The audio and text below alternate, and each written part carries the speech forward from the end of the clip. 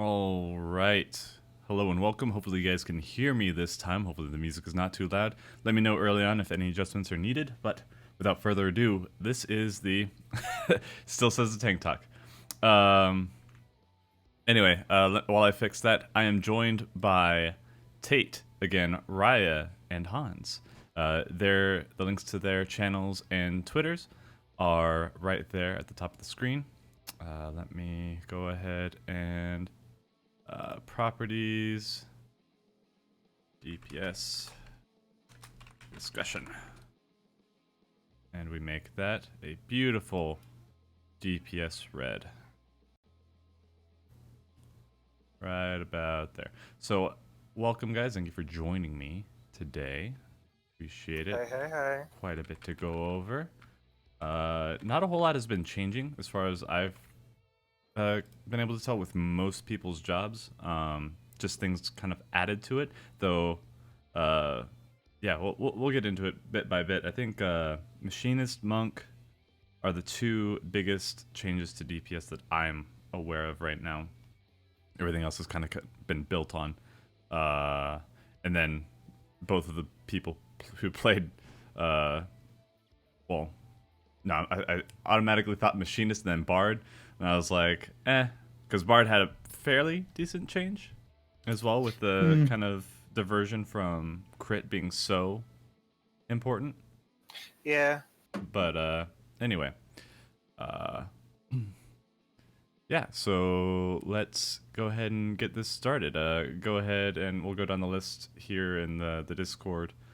State your name and the job that you will be playing in Shadowbringers.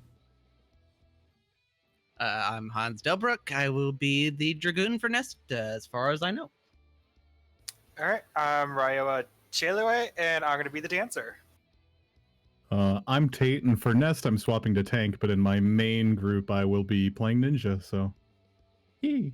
Nice. There we go. So, Ninja changes, I will leave entirely to you. So, I tried to... I watched all the videos, at least all Larry's videos right now. I did watch yours for Ninja, Tate. But there's... And there's a lot to unpack. Yeah, it's all additions, and it all changes the whole class entirely. It's gonna be a whole session for that. So I guess to start off, how happy is everybody with the changes that they've seen to the classes, or for Raya, since we haven't played, or you haven't played Dancer yet? I have. How are you thinking that, or how are you feeling about what you've seen so far, so you guys can just kind of go wherever? I am super excited for Dancer. I actually cannot wait. It's the proc-based class with you be kind of like being mid-range, where you're quote-unquote playing a ranged class is actually kind of exciting because you're going to have to be moving into melee range if you want to hit any AoEs. Whereas you do all your single targets at range, but, you know, I guess a lot of it's going to depend on how the boss fights come out, like how much AoE are we going to have to be doing for the new raid tiers is kind of what I'm mostly curious about. Yeah. In terms of go ahead. Oh, I was just gonna say, like, I was trying to learn on Bard stuff. Bard stuff has been it's been so similar. They essentially just kind of took away all the crit from it, and the crit requirement from it, I should say, and just moved it into the regular. So now all three of the new range classes get to play on a not crit base. Granted, it's probably still going to be crit based if they stay with the trend that they've had for the past 3 seasons. At least for like your base damage, but at least your damage overall isn't reliant as much on it. Like it took away another layer of RNG, so you no longer have to just crit and hope that crit gives you a proc. So So I'm pretty ignorant. What did they change about Bard that makes it so that you don't need crit as much? Dot ticks now give a base chance. So it's basically like thunder. Oh, so dot ticks cloud. are just a chance rather than crit? Yeah. Yeah, 40% for each dot tick. Oh, that's sick. Okay. It's like Mage's Thundercloud. Yeah. Yeah, I know. That's sick as hell. Okay. Yeah. So that helps out in that play style. I think we'll still probably prioritize crit as a stat absolutely. weight, Oh, for sure. But sure. to have less RNG on rotations is going to be really, really nice. Yeah, and that's the big thing. Like I said, like yeah, you still need RNG to actually crit, but the fact that you don't have to like wait for that crit to then proc. So RNG on RNG. Thank you, Deep Meditation for Monk. We still have it. So What's anyway. actually really interesting is with both the range classes, when we were talking about RNG, like you have Dancer and Bard that are both still very RNG dependent on their like rotations. You know, for Bards, getting your off globals on the RNG, and for Dancer, I guess getting kind of everything on RNG. But then you have like Machinist after their overhaul, they got like all of their RNG taken away, as far as I could tell, like almost all of it. I believe so. It's all just very Yeah. consistent damage. Yeah, they don't have none of their rotations based on any sort of procs at all anymore. Yeah, it's straightforward. Bard at least got like somebody said in the chat, Barrage is now just it's straight up gives you refulgent. So it's a pretty little nice. less. And then I don't know what builds your spirit gauge, I think is what it's called. But then that gives you your The Apex? Mm-hmm. Yeah, the Apex Oh, Arrow. it's literally getting procs. Every proc you get adds 5 to the gauge. Okay. And So then anytime you one of spend your it all, I songs- believe, right? You spend it all when you use your Yeah, Apex the Arrow. entire gauge is spent. It does more potency the higher your gauge is. Yeah, We'll have to figure out the min-max on that. Yeah. that's gonna be fun. The tooltip wording is really weird, so a lot of people are confused about it right now. Yeah, hopefully that'll get cleared up once people are playing it. But since we no longer have a Bard right now, it's kind of lower on the list of priorities right at the moment. Yeah, So I mean, I've been wanting to switch to Dancer since the beginning of Heaven's Word, which is my Yeah. biggest thing for it, which is why I'm so excited to play it. But like, I've still gotten a lot of Bard questions, which I'm like, okay, I maybe should start learning a little bit about what's coming up here. the hilarious thing though is that it's a support class, but it bursts so damn hard. Because I was watching Larry's video and I don't know. They removed a lot of the support though. Oh, you're talking about Dancer. Dancer, yeah. Oh, Dancer. never mind. Because Yeah. freaking the 4-step Nutty. dance compared to an Akmorn. Holy shit. Yeah. It's 1500 insane. potency? Oh, Well, honey. but you get Akmorn way more than the other. I mean, Four-step that's dance fair. is on a pretty long cooldown. I'm just threatened right now, okay? I'm switching to Black no, Mage. I I'm the feel one you. that's I supposed to feel have it you. with Polyglot. And then Dancer over there, oh, look at my parse. It's got the freaking It- highest hit. I'm sure you'll do just as much at one point. Maybe. How dare you? I Well, the finally thing have is, the chance. they need to think about what they're doing with Dancer a little bit if they want it to. If they don't want to push this whole meta forming thing, because they seem to be like they removed all the utility from like every class, and it's like, yeah, no more community deciding this meta, and you have to play the meta, and then they're like, also here's Dancer. Right. Yeah, we're taking away all that, but here's this new one. To form something around that. Go. Let's I get still this- have Trick Attack, so I'm guaranteed. Like, you have to take me. Yeah. Let's get this well-oiled machine and then throw a couple monkey wrenches in it once we're done. Because now you're going to have not only people... So they took away a lot of RNG from Astro. So now that's not as big of a deal. People aren't going to be begging Astro, give me the balance, give me the balance. Now it's going to be like, hey, Dancer, hey, partner. Well, now it's like how you the thing doing, about, baby? The thing about Astro now, is it might end up a little worse because you're only going to be able to throw like one card per person unless you sleeve draw, right? Like, so you're just going to be throwing every single card on the same person pretty much. Well, I guess depending on if it's physical or ranged rather, right? But it's like, oh, if you have this in your party, they get all the cards, or if you have this in your party, they get all the cards.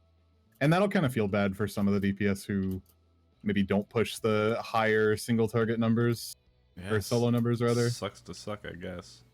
I guess Black Mage. Well, for Astral Legends Parse, though, like, don't they need to be casting the 3 different types of cards to I didn't really look up the Astro too much, but it's from what I saw, they had the 3 types of cards they got to cast out there. So if they want to be increasing their own DPS, So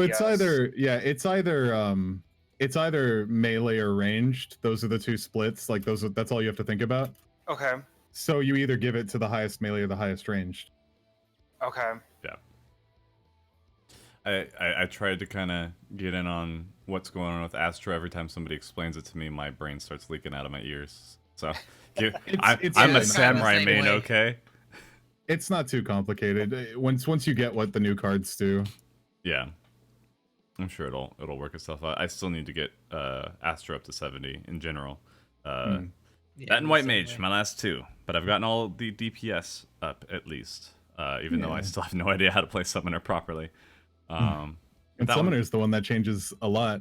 Yeah. And unfortunately, Yeah. I don't know anything about the new Summoner changes. As someone who played Summoner for you guys, the majority of this raid tier, I know nothing about the changes. Okay, so I just watched Larry's video, and it seems that so each Eggy just has Assault 1 and 2, and those do different things. Ifrit seems to be more single target, which seems to be a really big focus for Shadowbringers in general, is your AoE rotation now and single target rotation. So I'm down with that. I love it. I'm so absolutely. excited to have more fleshed out AoEs. Dragoon's got a pretty one. Because I already love Sonic Thrust, but now that other one, oof. Just... I still miss my Ring of Thorns, but we'll mourn those. We'll continue to mourn them. Yeah. Also, the loss of Heavy Thrust will forever be in my. Well, I mean, kind I of. mean, the benefits get moved to a different skill, but Right. how can I tell if a Dragoon's just being bad or dead if they don't have Heavy Thrust? So look for something else now. Yeah, but you got what, a 6-part combo coming in now? I mean, It's like, that's yeah, 6 or intimidating. 7 or something, yeah, but That's a lot in a combo. Like for me, like when I pick up a Dragoon, like already when we have running in like 5-part combos, and I'm scared to like mess it up, like playing Dragoon, and now it's like, okay, we're adding in even another part of your combo, and you have to hit your positionals. They are required now. But I'm like, And that's like Heaven's Sword Dragoon, right? That's... At least, yeah. at least for now, the change to True North is really good. So oh yeah. it allows more versatility. It's a good compromise. So I said that before in I think it was, I'm not sure if it was the Monk video, but so now you still have positionals, but for phases and like attacks and sequences like Akmorn or Ice Floors where you can't move. People seem to pretend that Ice Floors didn't exist. But for those times where you can't move as effectively or you kill people, you have 2 charges of a 45-second cooldown now instead of a minute. And a minute was already pretty good. So now you can have it up basically anytime you need to. So there's a lot more flexibility for what melee can do without absolutely slaughtering their DPS. So Yeah. Assuming that we don't get fights that just keep us completely away from the boss or something. right. Yeah, but even now though, we're getting like DPS are getting skills to maintain at least their primary factors when it comes into playing those like their roles. Like dancers have the ability to gain a spirit while just standing with the party. Monks are getting the Anatman, I think is what it is.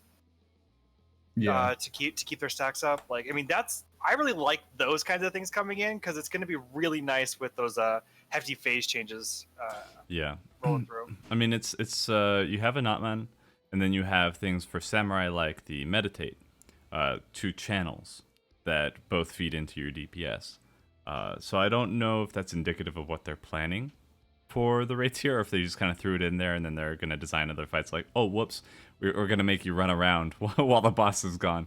So That's a good question, because even with some of the changes to the Dragon Eyes, it's like, well, okay, I can maintain it a lot longer now, but how long is actually going to be long enough? Mm-hmm. Hey, at least you get that full refresh whenever you enter Life of the Dragoon and Eyes of the Dragoon. Crap, I can't remember what they're both called anymore. Blood of the Dragon. Yeah, Blood of the Dragon. Thank you. I forgot. Okay, Blue Dragoon and Red Dragoon versions. There you go. That's a good way to explain it. You get full 30 seconds now. Now, like, I don't have to worry about when I go to 24 minutes trying to farm for Dragoon gear. I'm like, okay, I got 12 seconds of Life of the Dragon when I start off. Great, this is gonna end really well. Dude, I feel I had no idea that was a thing. I had like until I started seeing people mention it in videos, I was like, oh, that's how that. Oh, okay. I'm not dumb. I'm dumb. but I really like Dragoon. And Dragoon's dope, man. so aside from losing heavy thrust, you have basically your empowered first hit after you hit your positional, and then eyes you only have 2 now. Yep. And your jump is now twice as fast. You only have 2 eyes? 2 eyes. Yep, they That's dropped it. it down to 2 eyes. Good lord. Because But now they did address when I can actually get eyes too, Right. because they took it off of spine shatter and just left it on what looked like jump and high jump. yeah, it was just a little shift. Okay. So it works out. I think I haven't actually done the math because I've been way too busy to. It look at feels stuff faster. today. Honestly. You should be a slightly faster because I think it was like every 90 seconds you could in theory enter that phase, and What's now the you're cooldown on probably high up- jump? Let me Was it see 30 if I seconds still? have it. Let me go through. Because jump is should- 30, I believe, and so if high jump, because if you have 2 eyes, I mean, you should be Should be every, the every same. 60 seconds then? Yeah, it should be about every 60. We have all these things from the media tour. Let me get into it real quick. I didn't pull up all the DPS ones just because there's a lot of DPS as compared to healer and tank. Let's see. Jump. I don't want jump. I want high jump. Yes, high jump is 30 30 seconds. too. Correct. 30, okay. So every 60 seconds you get to do Life of the Dragon. And then What of the Dragon? Life of the Dragon. Stardiver. Stardiver is such a cool thing. I wish I messed with Dragoon because it was it was like my entry DPS. So it's got like a little special place in my heart. Not that I'll ever play it again, but I always like to keep up with the class and see what's going on with it. I feel it. I say it keeps bringing me back in. So, but It's how I'm feeling with Monk right now, honestly. Stardiver though at least has it still keeps AoE potential. So it's Yes. still along the same vein of Gerskogel and Nastrond. So that's kind of cool. Or did I'm pretty sure you hit Nastron and then you get Stardiver. I think. I think it didn't matter as long as you were in the Life of the Dragon. Probably. Oh, there's Nastron. Okay, still there. So yeah, really cool stuff. They keep kind of ramping up, and this is, I brought up this theory, and it's going to sound like I'm being shady towards the devs, but I really feel like classes like Dragoon, Black Mage, even those who don't like it, Samurai, all in a good spot, even if they have their simplicity in some areas, but they're not reworked. They are just improved on. Like they're just added to. Yeah. And so I feel like there are devs on the team that are playing them, like actually playing them. And then the ones that keep getting reworked are the ones that the devs just kind of like theory crafted themselves and then threw into the game. And we're like, it'll get better in 3 expansions, which was kind of, I think, what in Larry's interview they were talking about. Like, hey, we're building this job Monk, and then we have this idea for it once it ends up in like 6.0, 7.0 kind of a thing. We're looking at its full kit once it hits the end, but we're not really looking at how it's playing now. I don't like that. I don't like that mindset that because a job is changing in a positive way, that a dev is playing it. I think that's a really, really kind of poisonous mindset as far as actually giving feedback goes. I like the joke about it. Like I like the meme. Well, it's not even to me a mean thing or a joke. It's just that it's easier to find what's working when you're actually playing it. Yeah, but it's not that they're giving it special that would treatment. like imply that the devs don't know any like certain classes, like they specifically don't understand certain classes or something, which might seem like that sometimes to us, but I don't know. I trust that they they have an idea and it just doesn't always work out, you know? Well, I just like from my own interview, them talking about machinists when they're saying it was actually fun to play this time.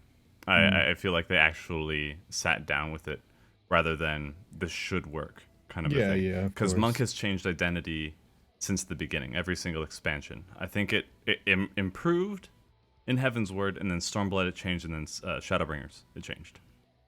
Some of those inadvertent. So I just it's again that disconnect of how the devs think it should work and how the player base thinks it should work. And I understand that I don't want to. I'm not trying to say that the devs don't care or that they're not trying. It's just that Yeah. it really there is a different mentality from when you're playing it, and so what feels good. You know what. Yeah, no, I works. get what you mean. Like, I could sit here and criticize ninja changes, and I could criticize summoner changes, but obviously, I'm gonna be more in depth and know what I'm talking about more when it comes to the ninja changes. I know what you mean. I'm just Yeah, which that's why I prefaced it. I'm not coming at the devs. I'm not saying that because everybody, yeah. not in a negative way, but everybody does have a bias. Because even if they weren't Yeah, playing yeah. it, people conceptualizing those jobs just might have an affinity for that playstyle, and then they design the job around that rather than, well, Monk's a staple. We need to put it in. How are we going to make it work? Not, I know exactly how this is going to work, and I don't know how it works on the team. I'd love to hear more about it. I'm not throwing stones, so don't go out and say Drac hates the dev team. They don't care about. Can't believe it, dude. Toxic. But I really, because I sat down and played Monk, and I had no freaking clue what they were doing with it. Not that it was a bad thing, it just changed substantially. And I didn't hate Tornado Kick rotation. I just wanted Monk to go thematically in a different direction. That was my whole criticism. It was very personal. It played fine, it did good damage, and it has good utility to the team. Hello? I took out. What was the last thing you heard?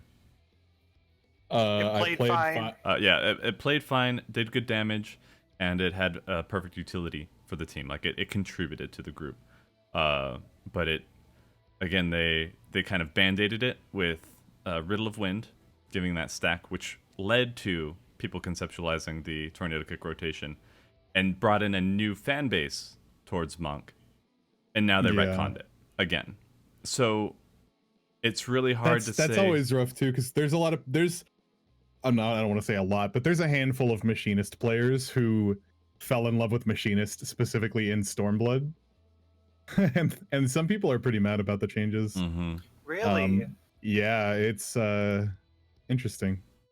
Yep. Because I'm a huge fan of the changes, and I liked Machinist the most back in Heaven's Ward, but I understand that Stormblood brought a lot of new blood in, and not everyone is familiar with the Heaven's Ward stuff. Because like for me, what I kept trying machines. Like since I had Bard gear, I thought I should work on playing Machinist more and practice it, get good with it, so at least I have a little more versatility in the classes I was playing in Stormblood. And it was just so complicated. There was so much to that class, and the amount of output that I got from Machinist, like the extra damage, which would be higher than Bard damage back in Stormblood. You get a little higher potential, but it felt like I was putting forth like 10 times the effort to try to get it out. And the thing is, like, even if you do a little bit higher personal damage as Machinist, it's not higher damage to warrant the raid DPS loss that Bard would drop. Because I played both Bard and Machinist in Uwu just to play them, just to fuck with them and figure them out. And I played Machinist pretty optimally, like as optimally as you possibly could for the first few phases of Uwu during Prague, right? And when I decided to swap back to Bard because I was sick of Wildfire lineups in fucking Titan phase, I noticed that while my DPS was lower, all of my passive buffs that I was giving the party, our raid DPS was significantly higher, and I was just like, why am I even bothering? Yeah. Right. And like I wanted to love Machinist. It's so, like when the Machinist changes came, like what they're coming through now, like I can't see anything but positives coming through. First of all, I think thematically they're working out so much better. because like actually summoning out like the automaton queen. I mean, that is really cool. Making actual like machines and getting out the drills and the bioblaster with the flamethrower. Those two pieces working together. Like you're actually being more of a machinist rather than like a gunner. Yeah. Yeah. That's more, I think, just my personal thing to like the theme of it. But it just seems so much simpler to play. Oh, it definitely. I think other than Dancer, all the physical ranges are pretty simple now. Like Bard got even more simplified, and it was already pretty easy. Mm-hmm. And Machinist is a little. It's. I feel like it at a base level, it looks more middle ground because you have to worry about your procs, like or not your procs, but your OGCDs and how they line up during your overheat. It's pretty rough trying to get those in. And then Dancer isn't complicated once you learn where its procs go, but its actual skill ceiling seems a lot higher than the others, which is pretty neat. Yeah, I would agree with that. It's definitely a lot going into it. So yeah, with their comments about, you know, they don't want it to feel too complicated for players, at least in terms of what I was told for Monk. And then you see changes to Ninja and the introduction of Dancer. I'm like, okay, well, I hope that still stays true with what you put forward here, because it's definitely has that skill ceiling, which I personally don't think is a bad thing. And some of the things that they consider complicated is very Dancer hit engaging. that really sweet spot where I feel like it was easy to pick up. Like it has the low skill floor. It might be overwhelming at first. It definitely was for me. Like my brain melted trying to figure out what procced what. Yeah. But after you get your hotbar set up and you know what's proccing what, the rotation is really simple. But actually, like maximizing your DPS and your utility as the job goes on actually felt really good. And it hit that sweet spot of low skill floor, high skill ceiling, which that's just me speculating off of an hour of being able to play it. Right. That might not be the case, but from what I felt, it was really nice. It was fun. Watching the videos, at least that you, Tate, and Larry have made for Dancer, when I was watching those, like having the like little graphics go across the screen to show how they proc to each other was really helpful. It makes it seem so much simpler once you like can like visualize it like that. But the one part that still intimidates me is being able to have that that buff you cast on yourself that procs everything. Yeah, you don't want to use that while you already have other procs and shit like that. Right. See, it's your opener, right? Like that's how you start, is pop that thing. Yeah, right I would off assume so. And I'm like, okay, that's intimidating because that's a lot of stuff that just boom right at you. The only thing you have to worry about always throwing out is your Fan Dance 3s, because those don't stack. Your Fan Dance 1 and 2s, those have stacks. So from what people are talking about, you want to keep Fan Dance 1, like you want to keep your feathers at 3 all the time, ready for a burst at any given moment. Anytime trick attack windows come up, you just blow you can blow 3 OGCDs right then and there.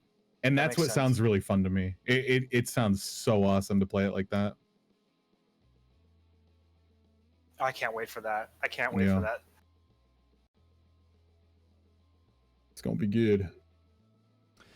So, yeah, it definitely has it's one of those things where you can jump on in like a dungeon and just have a lot of fun with it.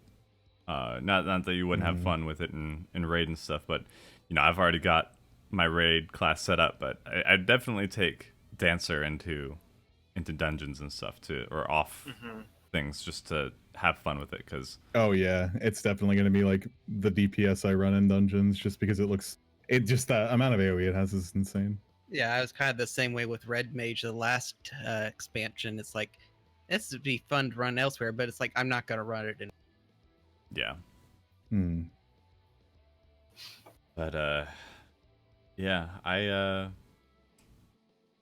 still like from every job so far. Like, so for the past 2 podcasts, people have had the general mindset of, as long as I'm busy, as long as I'm doing something, I'm happy, kind of a thing. It happened with the healers.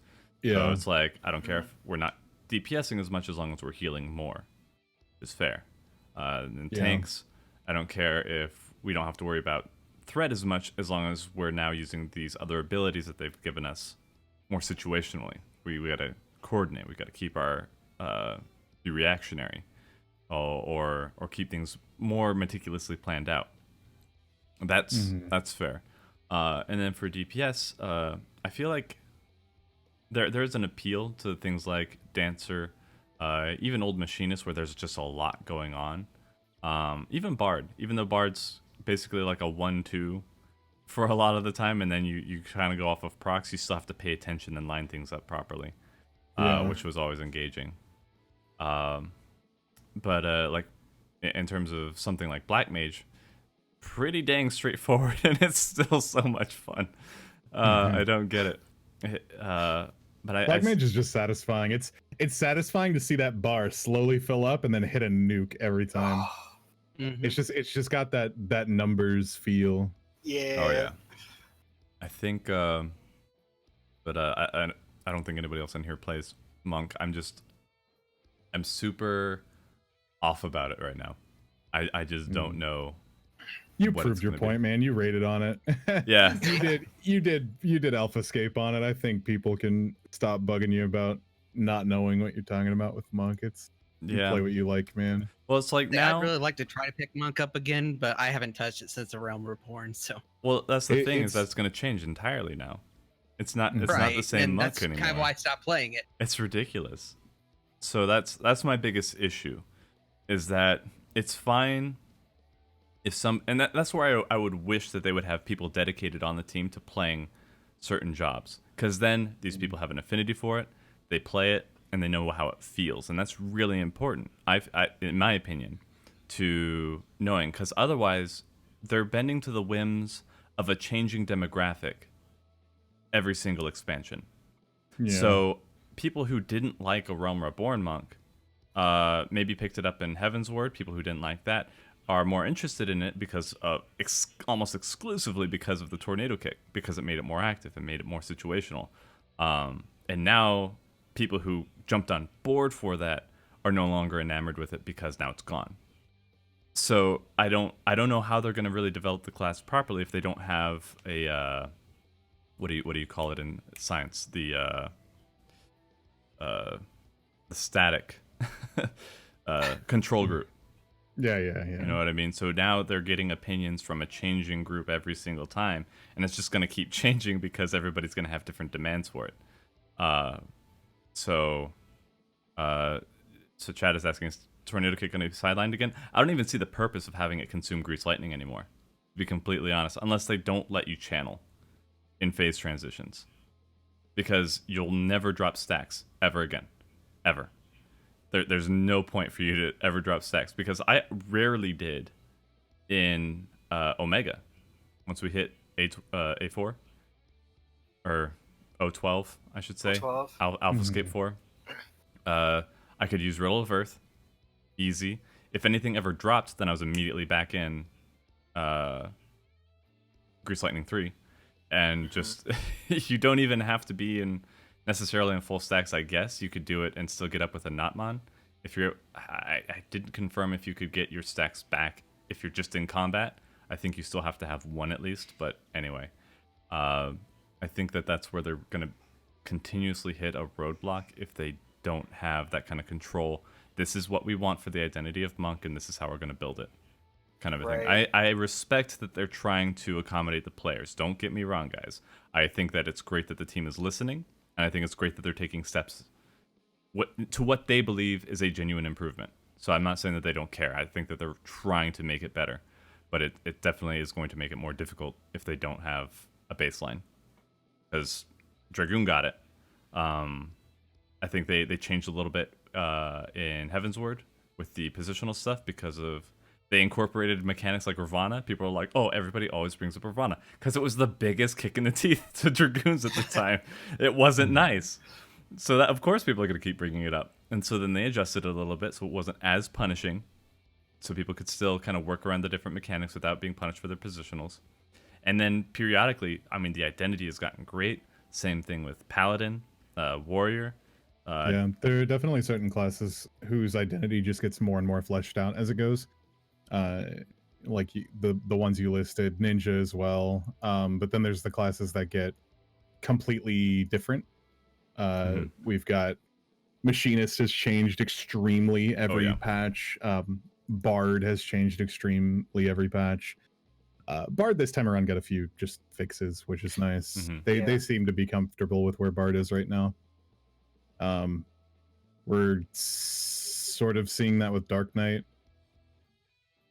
And yeah, it's but like at the same time, it's like even if you could say that even if there is someone at SE that does play the job, they might also have a differing opinion than the community does. And it's like that. What if like someone from SE, for instance, enjoyed the job in this certain expansion, but the majority of the community didn't? It's like kind of who do you really listen to in that regard? Like whose identity do you want to start building off of? Would you rather succumb to the community's desires, or would you rather work on it for what you actually think it should be? And it's weird to find that middle ground. Yeah, and that's why I think it helps when they're playing it, because then they can kind of get a feel for what the community is doing, and then adapt it for that as well, not just playing it within the bubble of the development cycle. You know what I mean? Because the community takes stuff that they do and changes it. So it is. I'm pointing it out as something that I see that could be detrimental, that has been causing a rift between certain players in different jobs. Though I am breaking my rule because I don't really have a huge solution for it. I don't know if I could do it better. I'm just saying it's very obvious when they do a job right, and when they're kind of, there's a big back and forth. Yeah. So what do you guys no, go ahead, sorry. I was say, just coming from someone who played, Bard, the range that they've been working with, like, it does seem that they've gone really well with the community. From things I've read and from people I've talked to about, like, for like range DPS, they've actually really followed along with how the community felt about it, but they kind of kept them all in the same bubble, if that makes sense. Where, like, the reason I talk about it is because in Heavensward is when the range saw their biggest changes in getting the cast times, but the bards were really the only side that I saw really disliking what was happening, whereas the machinists tended to be very okay with it. They liked the really big numbers that were coming in, and their cast times weren't nearly as they weren't affected by their cast times nearly as much as bards were affected by those cast times. Yeah, because of ammo. Because they could proc out of the cast times essentially. Whereas, like, then when they went over to Shadowbringer, or not Shadowbringers, to Stormblood, they took away the cast times from everybody. And I'm like, okay, so you kind of heard what the bards are saying from what I've heard personally, is that bards did not like those cast times. A few bards here and there I heard did like the cast times with them, so don't get me wrong, it wasn't 100%. They liked seeing the big numbers. Bards hit super hard. That was fun. But the mobility was something that they wanted back from what I've been hearing about. But they kind of just took machinists along with them. So I'm wondering if that's what they're going to be doing about, with all the ranged. Yeah, the thing about Bard and Machinist is their cast times is I think the only thing people liked about it. Being bogged down did suck for Bards specifically. It felt bad after playing an entire expansion where that wasn't the case. But I think what cool stuff that did come out of that was mostly the huge skill cap that came with stance dancing. And that's pretty much it. Like, oh, I have to move, I can drop this and keep attacking while, getting a few autos in to exchange as well. Because if you weren't good at that, your DPS was significantly lower than someone who was good at that. But at the same time, Square Enix also seems to really be into the idea of making sure everything is fairly accessible. And that's definitely something that created a huge skill gap. So there's goods and bads with it.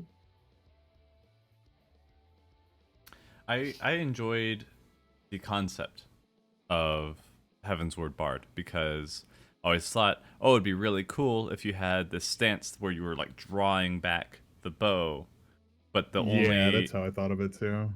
It would have been better if they didn't treat it as a spell.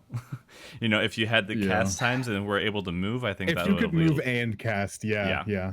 And That'd had, be cool. Yeah, and had it on maybe a cooldown or something like that. So it wasn't like it's not just you're choosing to be in it. It was more of if you're not in this stance, you're not doing damage kind of a thing. Yeah. So that way it kind of breaks things up a little bit. But yeah, I remember I was like playing Bard or something in something like T9. And I was like, I get to move around wherever I want, and then Heaven's Word hit. I'm like, I don't like this anymore. Wait, Drax, so are you thinking about like Tenchi Jinning their cast times? Like, yeah, just throw up a buff real quick, like Tenchi Jin, and just cast the next 3 spells and make them hit super hard. Just plant down and actually start shooting a ballista. I mean, that would be pretty cool. But Hey, like, if it was a ballista, I'd take it. Let's go. I would try that out. It actually sounds super fun. but like thinking about this animation where you kind of flip back, like in Monster Hunter with the Dragon Piercer. Oh yeah. Let it rip. But yeah, it's a really big feels bad for having it your mobility be ripped away from you when you're not used to it. It's a completely different thing. Because people can say all they want, well, Summoner Black Mage can't move around. It's like, well, yeah, they're used to that. That's the whole play style. But if you take that or add that caveat onto a class that didn't have it before, that's what like Ninja still feels weird because it's like, yeah, positionals, move here, move there, move here, stand still. Yeah. Move here, move there, move. I mean, I kind of felt the same way going from a Realm Reborn to Heaven's Ward when some of the Dragoon positionals got dropped. I still hit them, just out of habit. Yeah. I still do heavy thrust from the flank. I can't help myself. Wait, did they get rid of that positional? Yup. I put heavy thrust still had that positional. Yeah. Oh my! Last week I was still hitting that positional. Yeah, right? Not even joking. It's a hard habit to break. Oh man. But then I know people are asking about Samurai. Samurai is just, it's easier. It's so ridiculously easy. Because now you don't even have to worry about dumping your sen. Like, that was the only modicum of thought that you really had to put into your rotation. Like, okay, I'm about to build another second sen, but I need to refresh my dot, so I'm going to dump it with Hagakure even though I don't have all 3 sen. Maybe people were giving feedback that was not feeling good, that they wanted to optimize it more. So they just changed it flat out to Iki Shoten, and you get just 50 Kenki for nothing. And people were like, I don't know if that's going to mess with the timings. And I'm like, okay, for one, you have 1 extra sen at the beginning of your opener that you usually lost for the 1 sen opener. And then you also have dual cast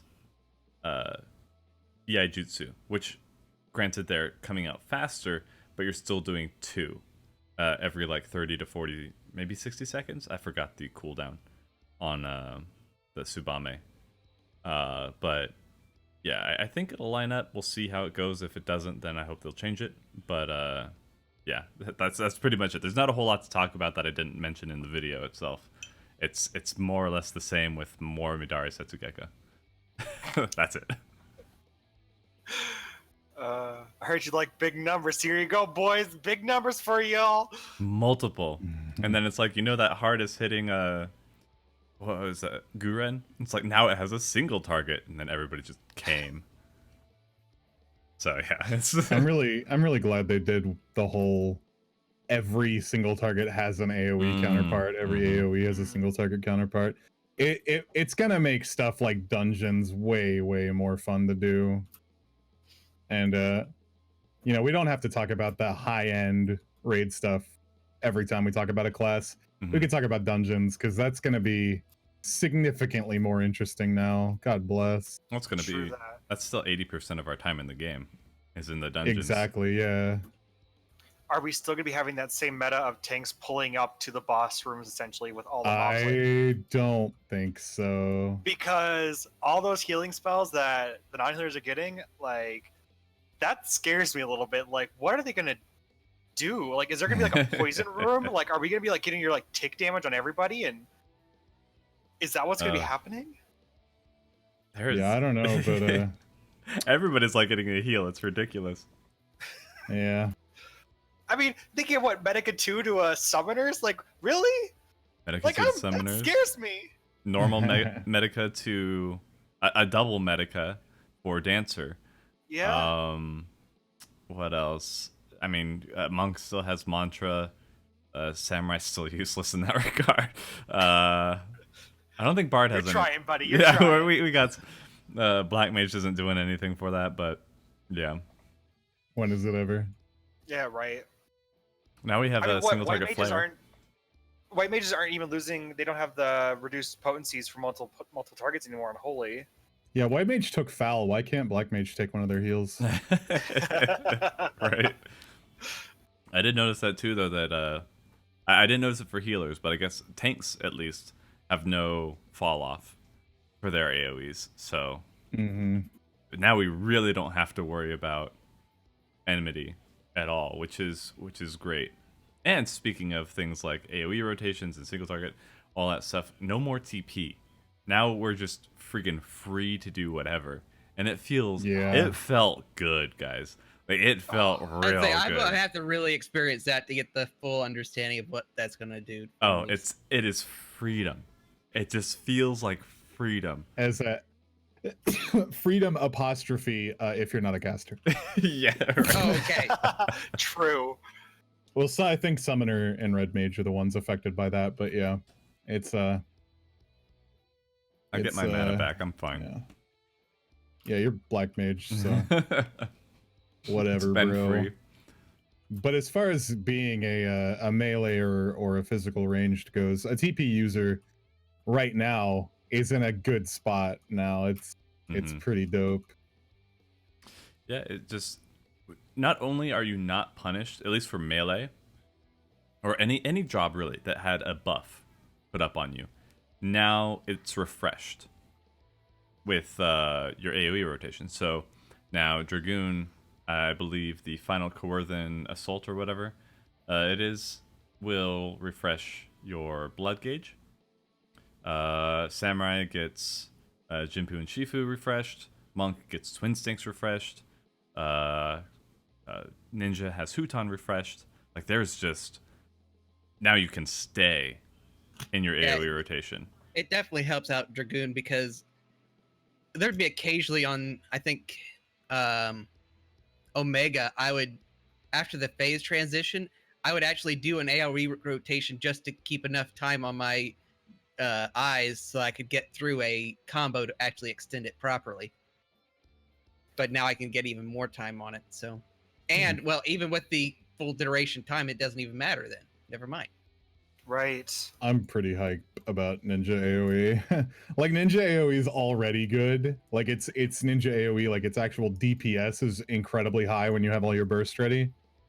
But being able right now the big downside about running Ninja in dungeons is every now and again, if you don't want to have to recast Huton in between every pull, you have to slip in an armor crush somewhere in your AoEs. So it's like not having to do that now is going to be phenomenal. I'm super duper excited for it.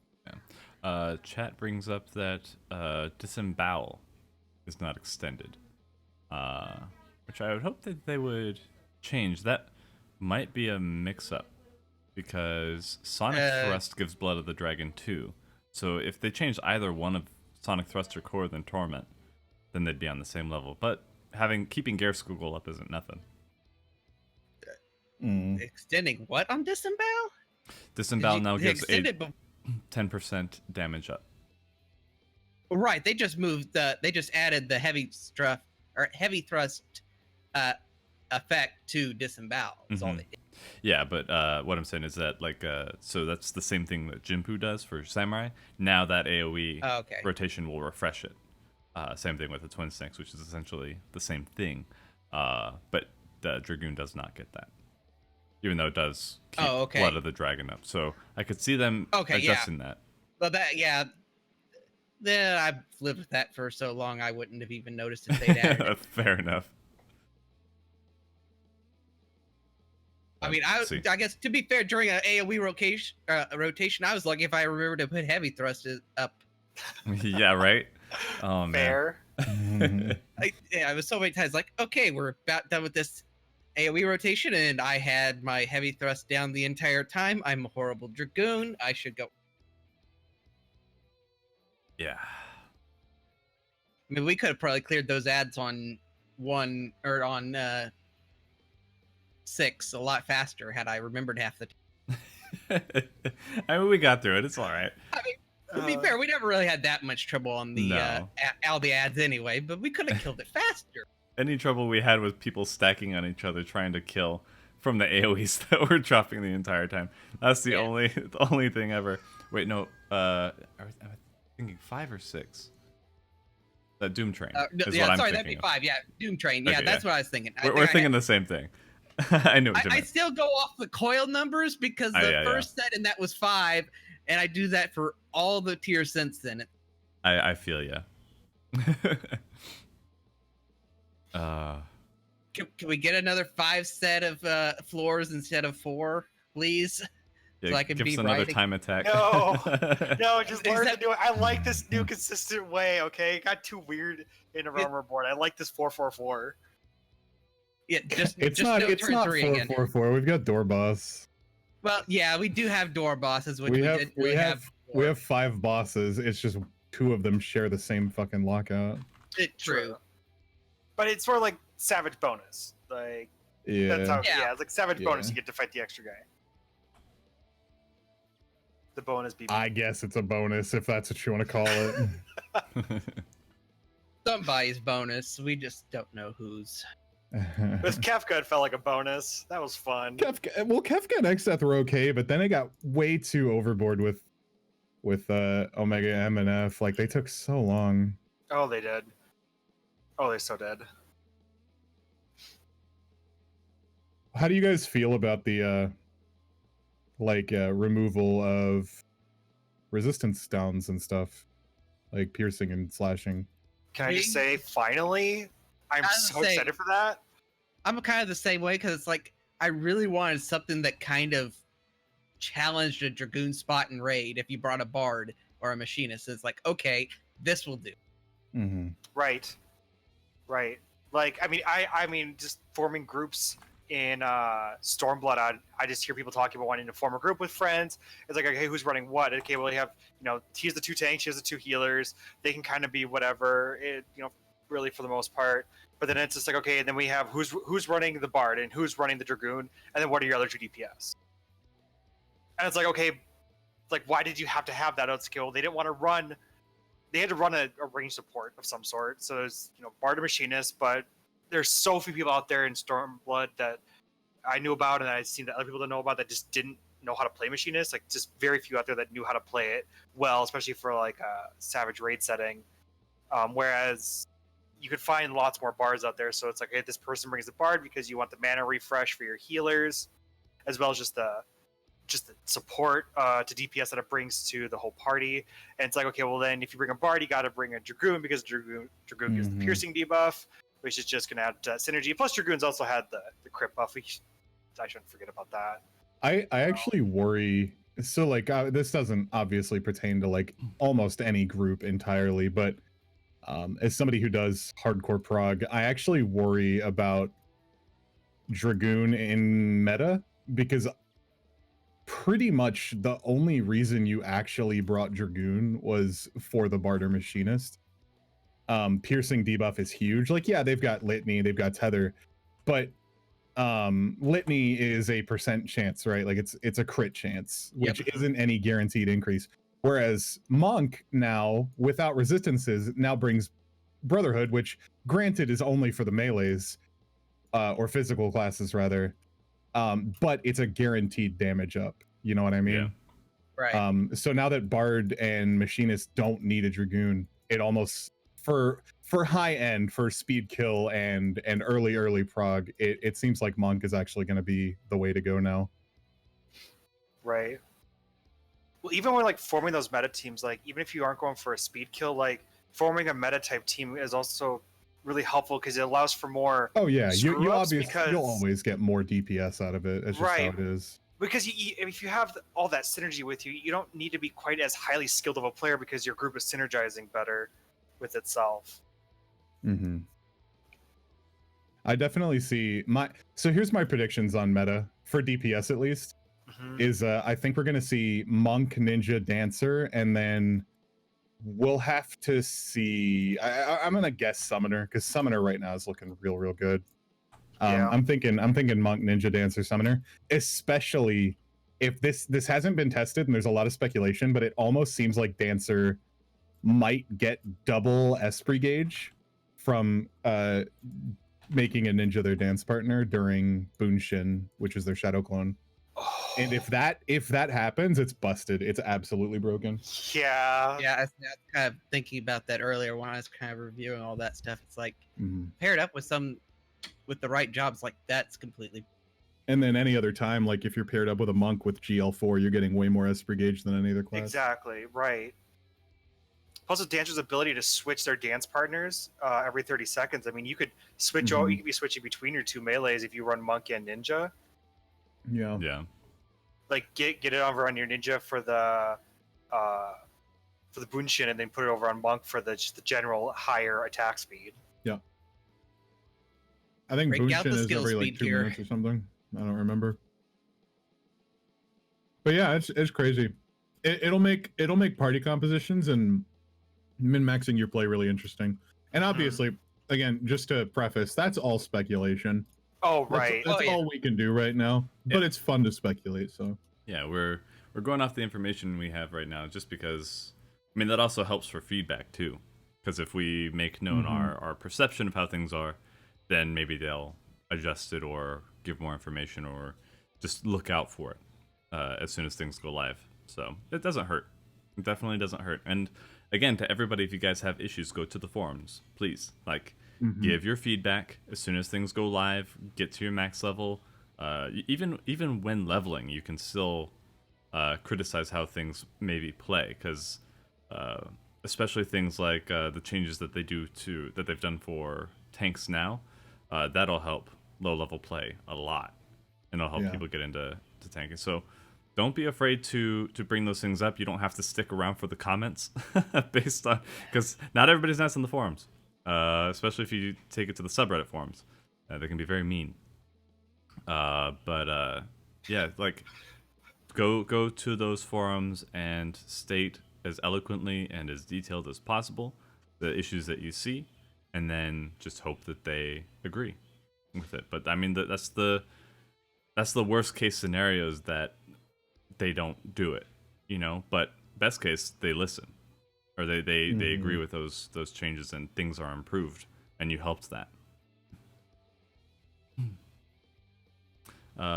Kari, we did talk about Ninja a little bit. Was there something specifically you wanted to know?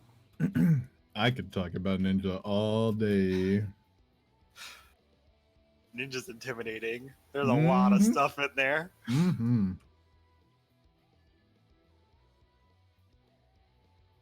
Drac, what are you playing? I don't know if I ever heard ending. What are you rolling as?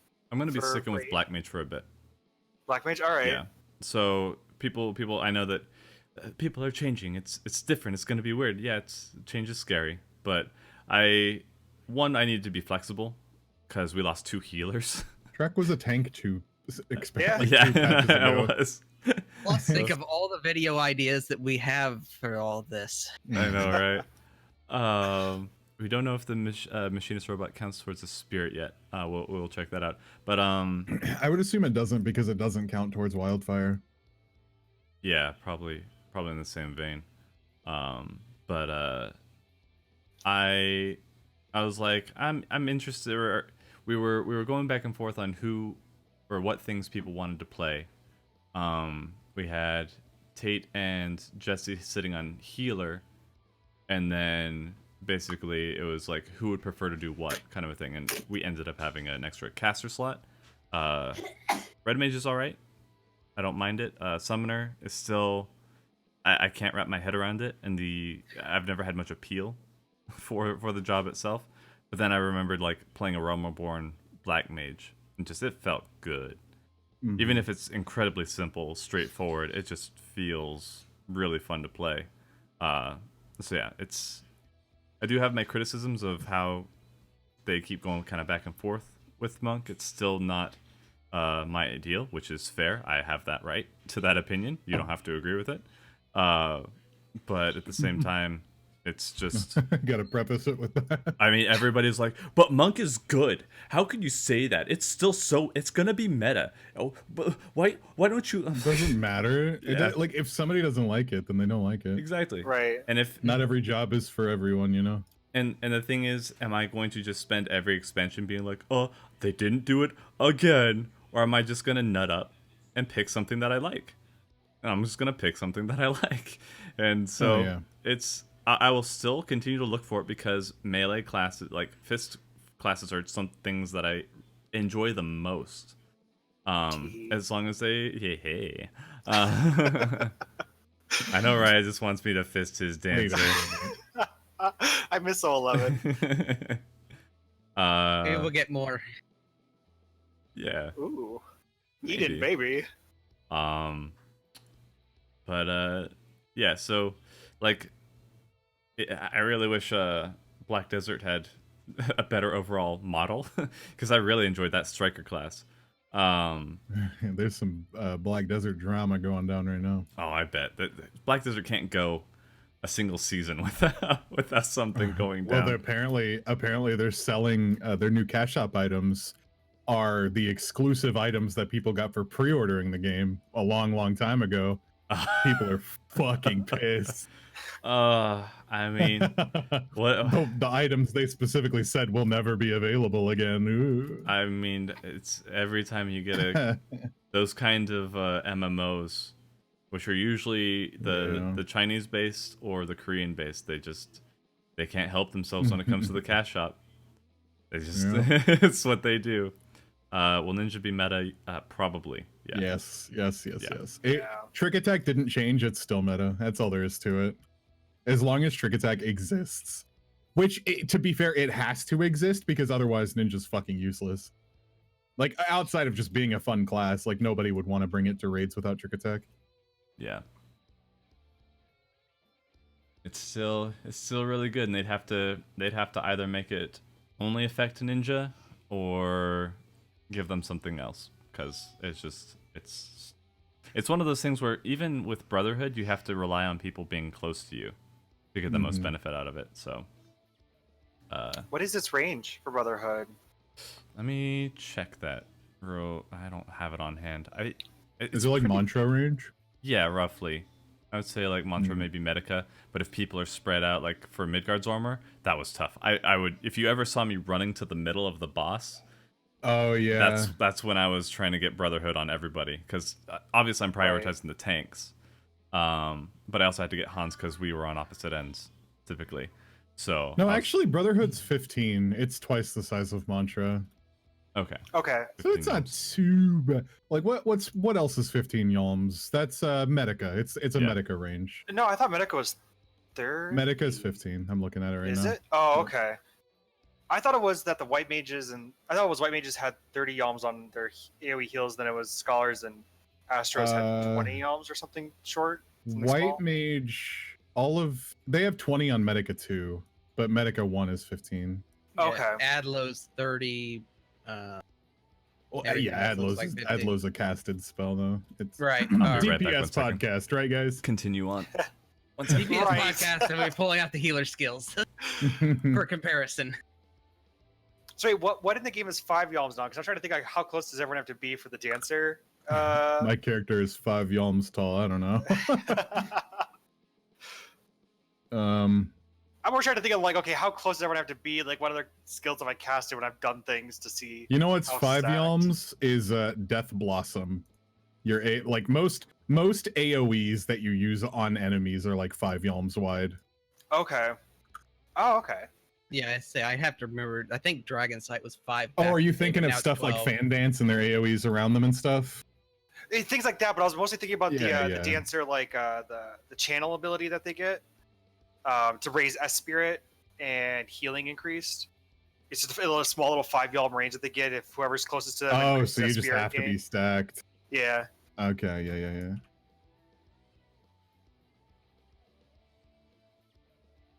Just trying to think of like what it's going to be like. 'Cause, I mean, it's all going to be extremely dependent upon what bosses we're fighting throughout everything that we go through. Yeah.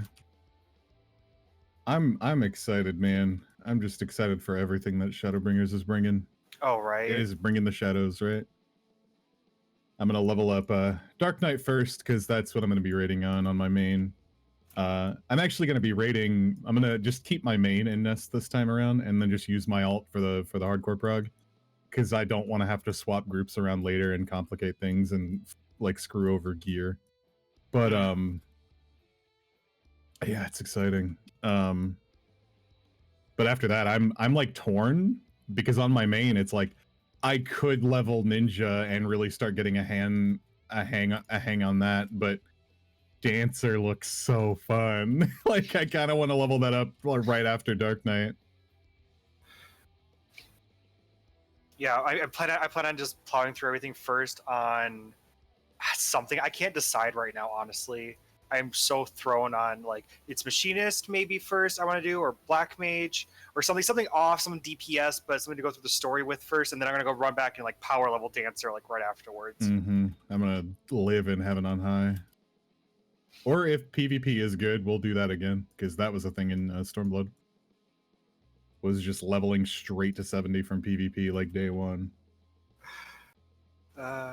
Speaking of which, if people are wanting to do PvP, now is the time, because them getting rid of that those event rewards.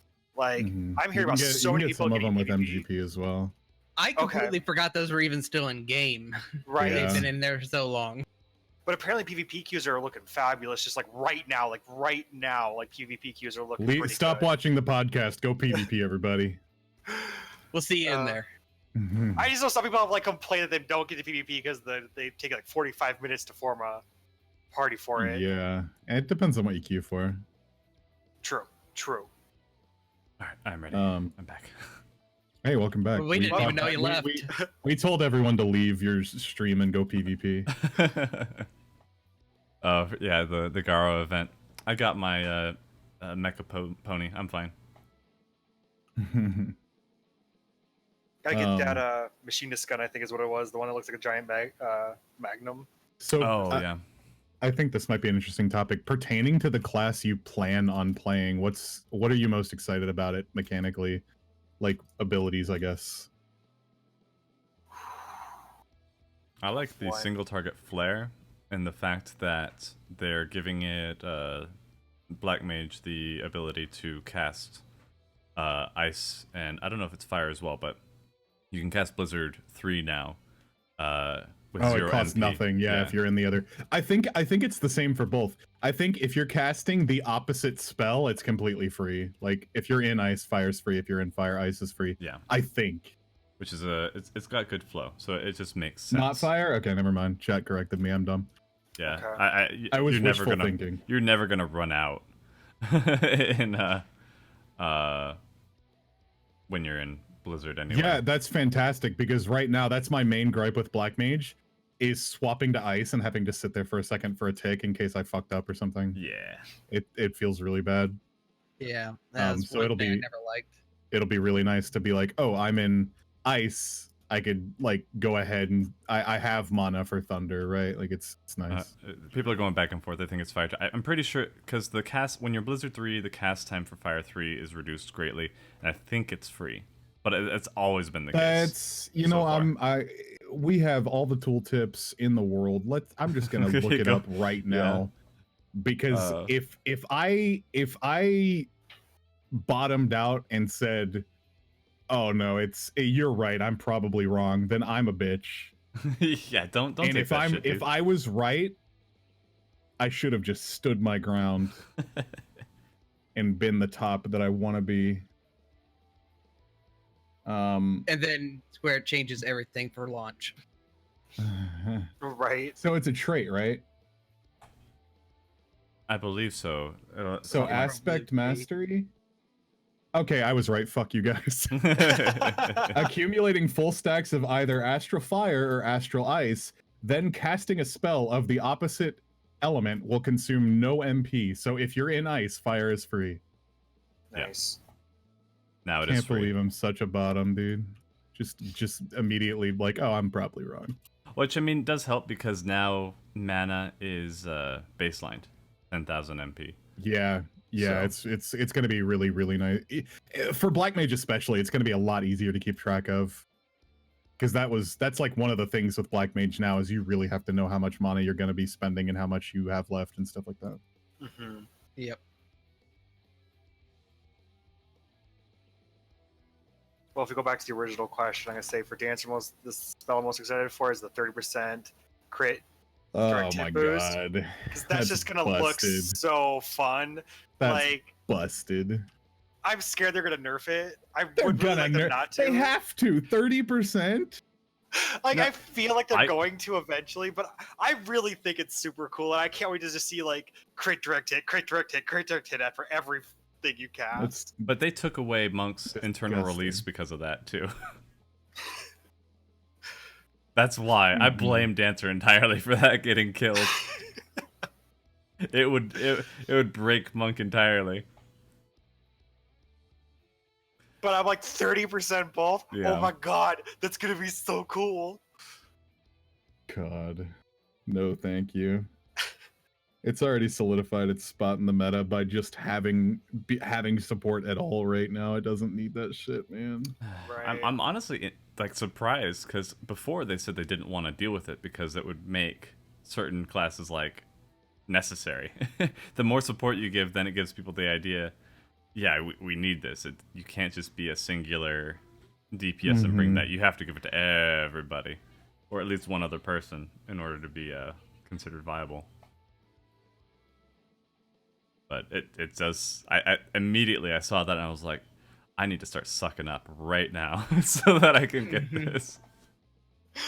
Oh, I'm actually not excited for the dance partner thing because I'm thinking like, oh god, who do I give it to? Like whoever I don't give it to is gonna kill me with something, and I'm really nervous. Ryan, just remember our plan, or at least my plan, or at least personal goal that I don't know how I'm going to execute with all the other changes. What's that? About somebody that we're going to make cry. Me? That's all I felt so far. Just gonna cry. I'm just gonna dance myself. Dancing with myself. we get into All raid. those dragon sight tethers, and I'm going to get nothing out of it. An entire tier Oh, it's no, dragon please. sight. Just gonna get into raid. Hi, best friend. How are you doing today? I hope you're doing well. Oh my god. New meta is just run two dancers. Dance with each other. Oh my god. Don't even joke about that because if their DPS is high enough, that's true. Yeah. I Like, the- know. Like especially because they specifically stated they're changing LB generations with stacked classes, right? Like, Mhm. oh, I God, hadn't heard that, but yeah, and that changes a lot too. that's scary. My first thought when like just hearing about what was coming out without having seen any of the skill releases from the videos was thinking that there wasn't a lot of changes done to samurai and that dancers have the dance partner skill that also boosts damage. I'm like, the meta is going to be double samurai, double dancer because like samurai's having high personal DPS, other classes losing their AoE utility. But you lose a lot of esprit that way because samurais Right. attack fairly slowly, and dancers aren't the fastest either.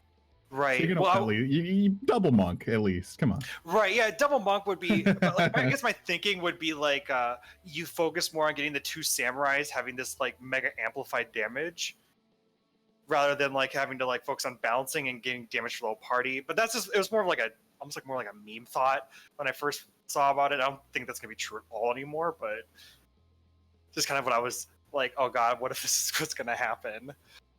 Mm-hmm. Spooky.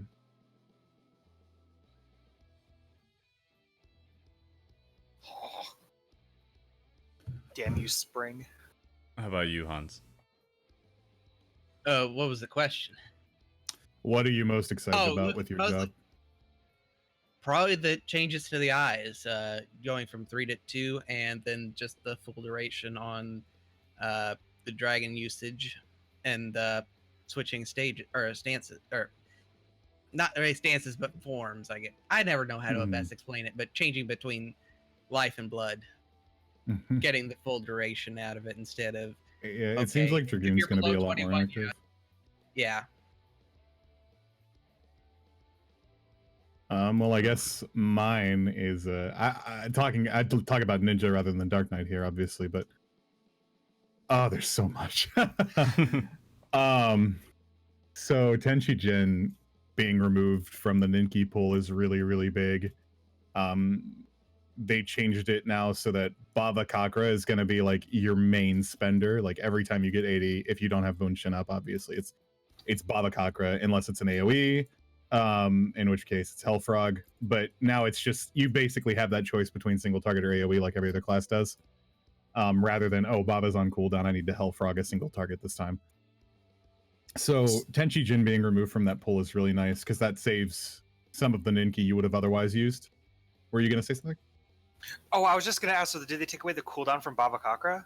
Yes, it's a 1 second recast now, so every time you get 80, you can use it. Oh, holy Oh, shit. that's cool. That's cool. Yeah, and obviously it goes without saying that using weapon skills to generate Ninki is god tier.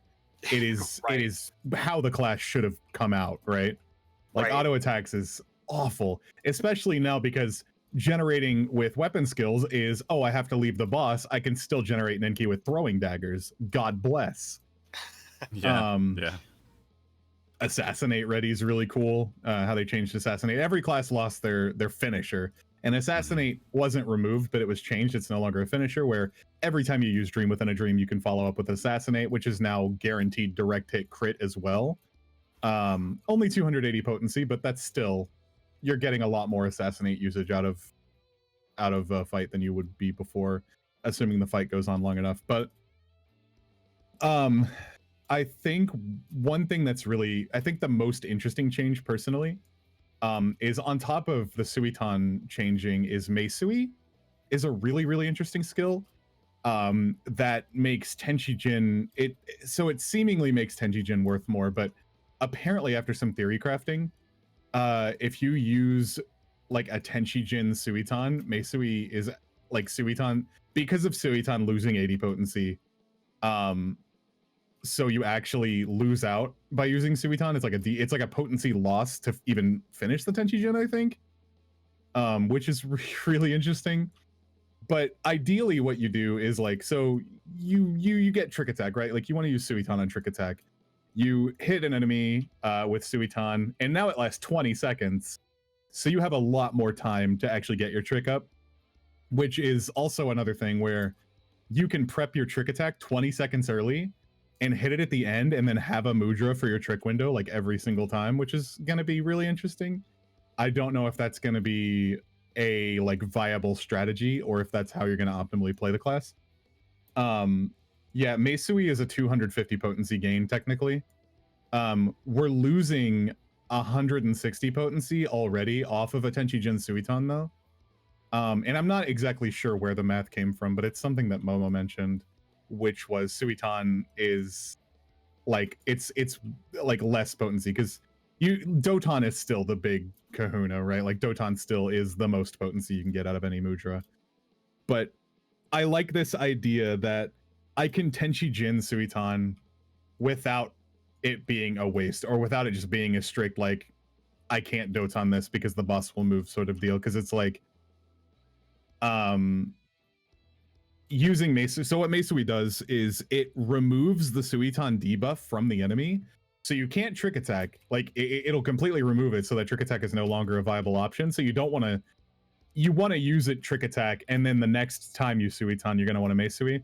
And what it'll do is it'll remove the Suiton debuff from the enemy and grant you 40 Ninki, which is half of a Baba Kakra, which is phenomenal. So that's really cool. Just the idea that my Suitons will always be useful is really cool, because it's a minute cooldown, I think. Meisui is, I think it's a minute. It's either a minute or like a minute and a half. But to be able to pair it with like every Tenchi Jin, assuming that I'm not using Tenchi Jin to proc tricks, is really interesting to me. Ninja just has a fuck ton more depth. Just everything about it is it went like it's already I would already call it probably one of the most complicated classes in Stormblood, and it's just getting even more galaxy brain. I love it. Yeah, well, it's the one thing I worry about. Like, with Ninja. Like at least when it comes to, like, I look at Ninja, like even now in Stormblood, I'm like, okay, Ninja's kind of complicated, but it has a lot of output. It's really great. But then going to Shadowbringers, I'm actually would be nervous to go into Ninja just because there's so much to it, and the skill floor of it's really has been raised, at least from what I've seen. The skill floor is really high on Ninja now. Like the baseline, if you want to play Ninja well at all, you're gonna have to know a lot. And Right. Like they took everything from Machinist. To be fair, there need to be classes like that. Like there are the classes that are low skill floor for, you know, the newer players, right? Like there's Red Mage, Samurai, stuff like that players can just pick up and learn, and this can be their entry level DPS. I on the other side is there does need to be classes that are extremely complicated for the people who want that sort of thing, and I'm glad that Ninja is getting that representation there. I dig it. It's just like, let's take this complexity and just move it over here and then put it all on, on Ninja. Yeah. Which, I mean, if people are into that, then that's good. Like, people don't have to like it. Like, not everybody has to like it for it to actually be decent. You know, same thing with Monk. It can still be in a good spot. Not everybody has to like it. Every class is going to have its niche following regardless, right? Like, right. The thing I think about though is like Machinist from Stormblood. Like, I think that Ninja's gonna have so much more like utility and output compared to the other melees. That I think they're a better representation of the class to like take on that high skill floor class. Whereas Machinist is like you're just not getting enough out of it. So I'm hoping and I'm thinking that it would be like they're a better class to take on that high skill following. Rather than leaving it on the Ninja's also in this weird situation where even if you're bad at it, at least you're giving your party trick attack, right? As long as you're hitting that trick attack every 60 seconds, your party's not going to care about your DPS. I mean, they will to an extent, but you'll still be pretty useful to them. Whereas if you were playing a more complicated DPS without utility, for instance, maybe Monk, I don't know if it's going to be super complicated. I'm not super familiar with the class, but I guess you still have Brotherhood, but it's not as important as Trick. Or if you're playing Machinist or Bard or something, and you're just like just shitting the bed, people are gonna notice that a lot more than if you were on Ninja and supplying everyone with trick attack. Yeah. But with that said, I hope the people who do undergo Ninja I hope they play the class well. I'm excited to see the new Ninja players for 5.0. I'm excited to have more people to talk about the class with. Yeah, it's one thing I'll give credit to the community about is they really come together and try and figure out what's best. Like, I've even had people right after I put up the videos, everybody put up the videos after the embargo. They're like, "Hey, can you give me the info on like how Monk was playing, what the numbers were, and we're trying to figure out what's looking like the best." And then they go into it with this kind of thing, and like people are already starting to get together. There's the Machinist Discord and all this stuff where people are just through crafting and trying to help each other be better. So if people watching this are new to the game, definitely look out there because there are a lot of resources. If any representatives are watching this on YouTube, go ahead and shoot me a message on Twitter or whatever, and I will make sure that I let you or give me the link to your stuff and I'll put it in the description. Oh yeah, I was in talks and supplying a lot of information to the theory crafters for Ninja as well. I sent pretty much everything I could over that way to see if they could get some stuff. I sent some people some stuff so that they can research potential stat weights too. And people go ham in this game. Yep. Like it's crazy. They could be working like 6-figure jobs easy, like entry level 6-figure jobs with the math these people know to do this kind of thing, and they're like, I like Final Fantasy. Yeah. But it's great because they really want the community to improve. They want everybody to do well, and they give everybody the resources because the devs don't. They put that on the community, and I'm not saying that with a negative connotation. They see it as a community-driven effort. They see it as a way to bring the community closer, and like to their I don't know the word I'm looking for. To their what the fuck? My brain stopped working. It's all right. Blow on it's it. Working basically. Is Sarah? Is to their advantage? We need a reboot. Is what I'm. To their like it is working to their advantage. Like the community is coming together. People are meeting and people are talking about this sort of stuff. And that's nice, right? Like it's cool because then you get these renowned figureheads in the community that like, oh, this is the person who figured this out and all this stuff, and like they like people like that become a name in the community. Like I don't know if the name might not ring a bell for a lot of people now, but in Heaven's Ward and even potentially early Stormblood days, Realm Reborn days was a huge name was Dervy, who came up with like anytime you needed information about stat weights, it was always Dervy. He's the guy you went to for it because he's the one who figured it all out always. And it's cool to see stuff like that. Just playing the sad music for him because he got banned off the official forums for posting his stuff. Yeah, I'm sure he did. They're pretty weird over there.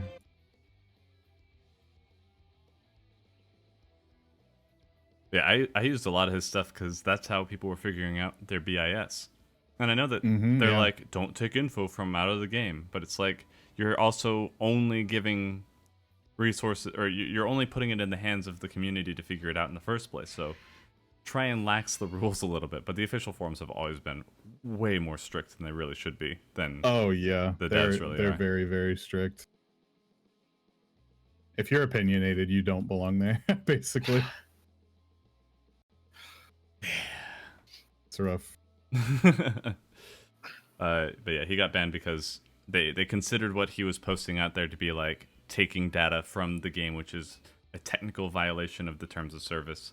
Even though, how else do you want us to figure this shit exactly out? Come on, exactly. And that's what I don't I don't like it.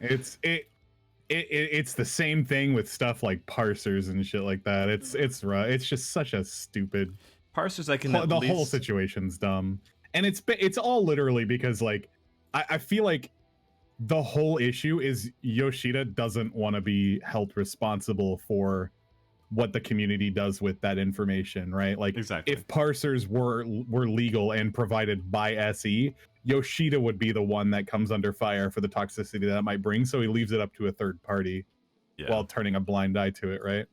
Pretty much, because it's that's you can my use it, assumption just on don't it. talk about it, kind of a thing. Yeah. And hush hush. I really wish that you could be a little bit more open, because using the parsers, FF logs really helps teams that know how to use it. It's such a good way to just improve. Yeah, because you can see where's things falling off, what are other people doing, and then compare notes. Obviously there are people who are toxic about it, and we shun those players. Fuck them, they're assholes. If people are toxic about it, report them. Like that's all there is to it. And I'm completely fine with that. I use ACT pretty much solely as a way to, is my group performing well enough to do this? If my group is not performing well enough to do this, it needs to be brought up so that we can perform well enough to do this in a constructive way. Otherwise, it's a tool for me to see what I'm doing and see if I can improve myself. It's not a tool to shame others, right? Like it's just, that's all there is to it. I mean, it's SID. It's our self-improvement devices. Like, that's, yeah. What can you do to get yourself just working a little bit better? How can your phases be done better? Exactly. Yeah. So I'm just saying they don't want us to figure it out. I think they do, because you still have to play your job well. They've talked about it. Like, they very obviously want us to figure it out. They've talked about how they enjoy that it's a community-driven effort, and it's like, I don't know how they want us to figure it out is the thing. Like, are we just supposed to hit a dummy like, okay, I did this much, so that means this stat's worth this much? And it's like, I don't know what they want from us, man. Yeah. We're going to use every tool we have at our disposal. It's just how we are. That's all the parser is. It just does all the counting for you. It's not taking any info that the game isn't giving you readily. That's straight, because all it is reading your battle log. That's it. That's how you figure it out. It's not like you're getting into the game files, kind of thing, as far as I know. But I'm all for being anti-harassment, because that's not the kind of community that you want. If people are going to be like, you can't join us because your DPS isn't purple, then you should be reported for that. I don't care about you. But yeah, it really does hurt. I mean, it doesn't really hurt because they're not actively banning people who are just using it. They're not on a tirade. Right. But obviously there's a lot of people who stream with it, right? Like all the top streamers always have ACT on their screens, so like we're not harassing anybody with it. And a lot of the time when I use it personally on stream is I if I'm running with randoms, I'll have names blurred out. Right. Because that's an option you can have with certain ACT skins as well, which is nice. But otherwise, to relate this to the actual DPS topic is, as a DPS, it's such a valuable tool to make yourself better. Kind of went on a tirade there, sorry. No, I mean, it's good for people to know because a lot of people are coming in new to. Yeah, I do get a Fantasy. lot of questions about the legality of using parsers and stuff like that. So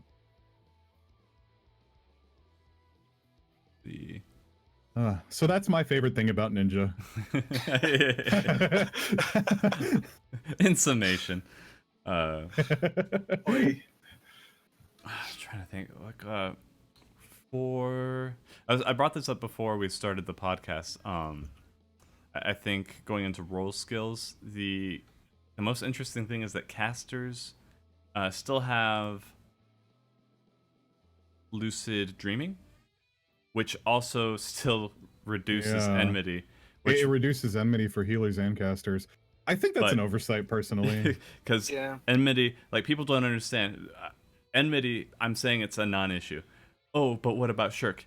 It is a non-issue. Yeah, I literally, I just... Based on your description of it, yeah. I open Curious Cat, and it's just like, the first question is like, so who are you going to shirk first? And I'm like, probably Corey, because he's the only person I can shirk. He's the only person it'll do anything to.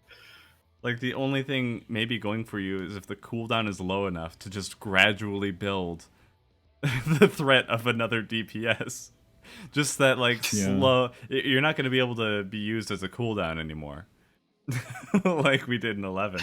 That was my favorite thing as a Dragoon back in the day, being used as a cooldown. I'm looking at chat. We're not talking about Lucid as a mana regen. We're talking about it as an aggro drop. Obviously, the classes need it for mana regen. That's still going to be a thing that people have to pay attention to. We're saying the description of Lucid in Shadowbringers still mentioned that it cuts your aggro in half. And I'm pretty sure that's just straight up an oversight. I'm pretty sure that's just something they didn't change yet. Yeah, and it's very likely. It's a good thing to bring up even here, because we talked about it in the tank thing, and people were like, oh, it's easy now. It's like, yeah, but you have a whole lot of other stuff to, like, keep track of. And taking it out of the DPS's hands was something that should have been done in the first place.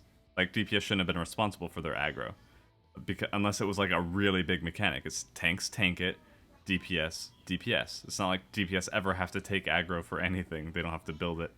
So it's being in like tanks. Even I always mention it is, even with the best aggro management you could possibly muster, having a ninja in the group and everything, it's like in fights like God Kefka and O12, aggro, like as a white mage, even after the nerfs, like white mage still rip the hell out of aggro because of how much healing they have to do during stuff like patch early on.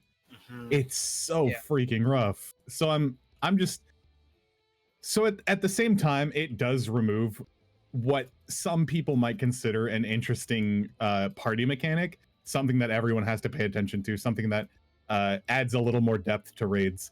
But what I'm hoping this will mean is that there will be more mechanics that are just driven off of tank aggro, right?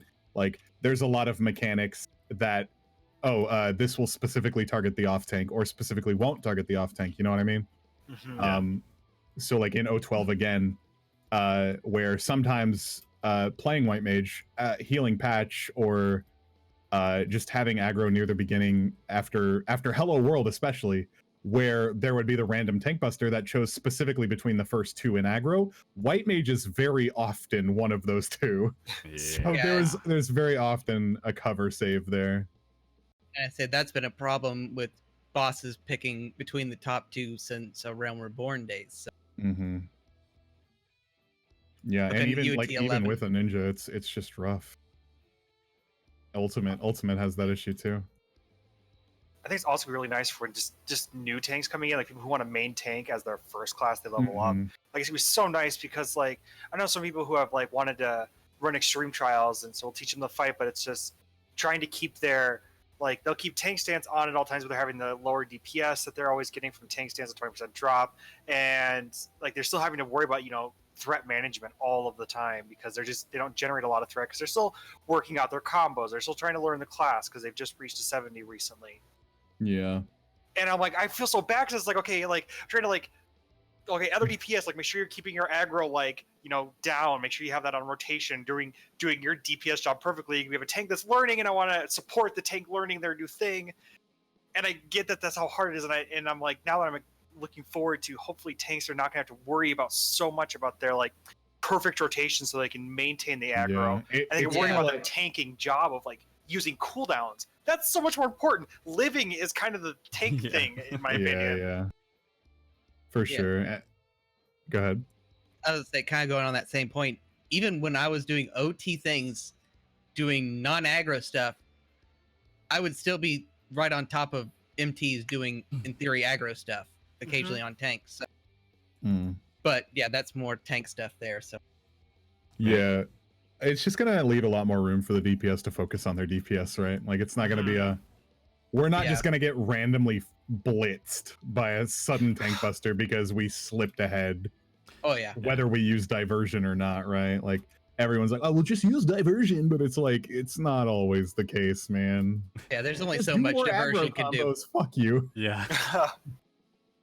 Yeah, that's what I was gonna say. Is it didn't help that tanks It's didn't punishing want the to do whole party. aggro. Yeah. They Yeah. want to be DPS.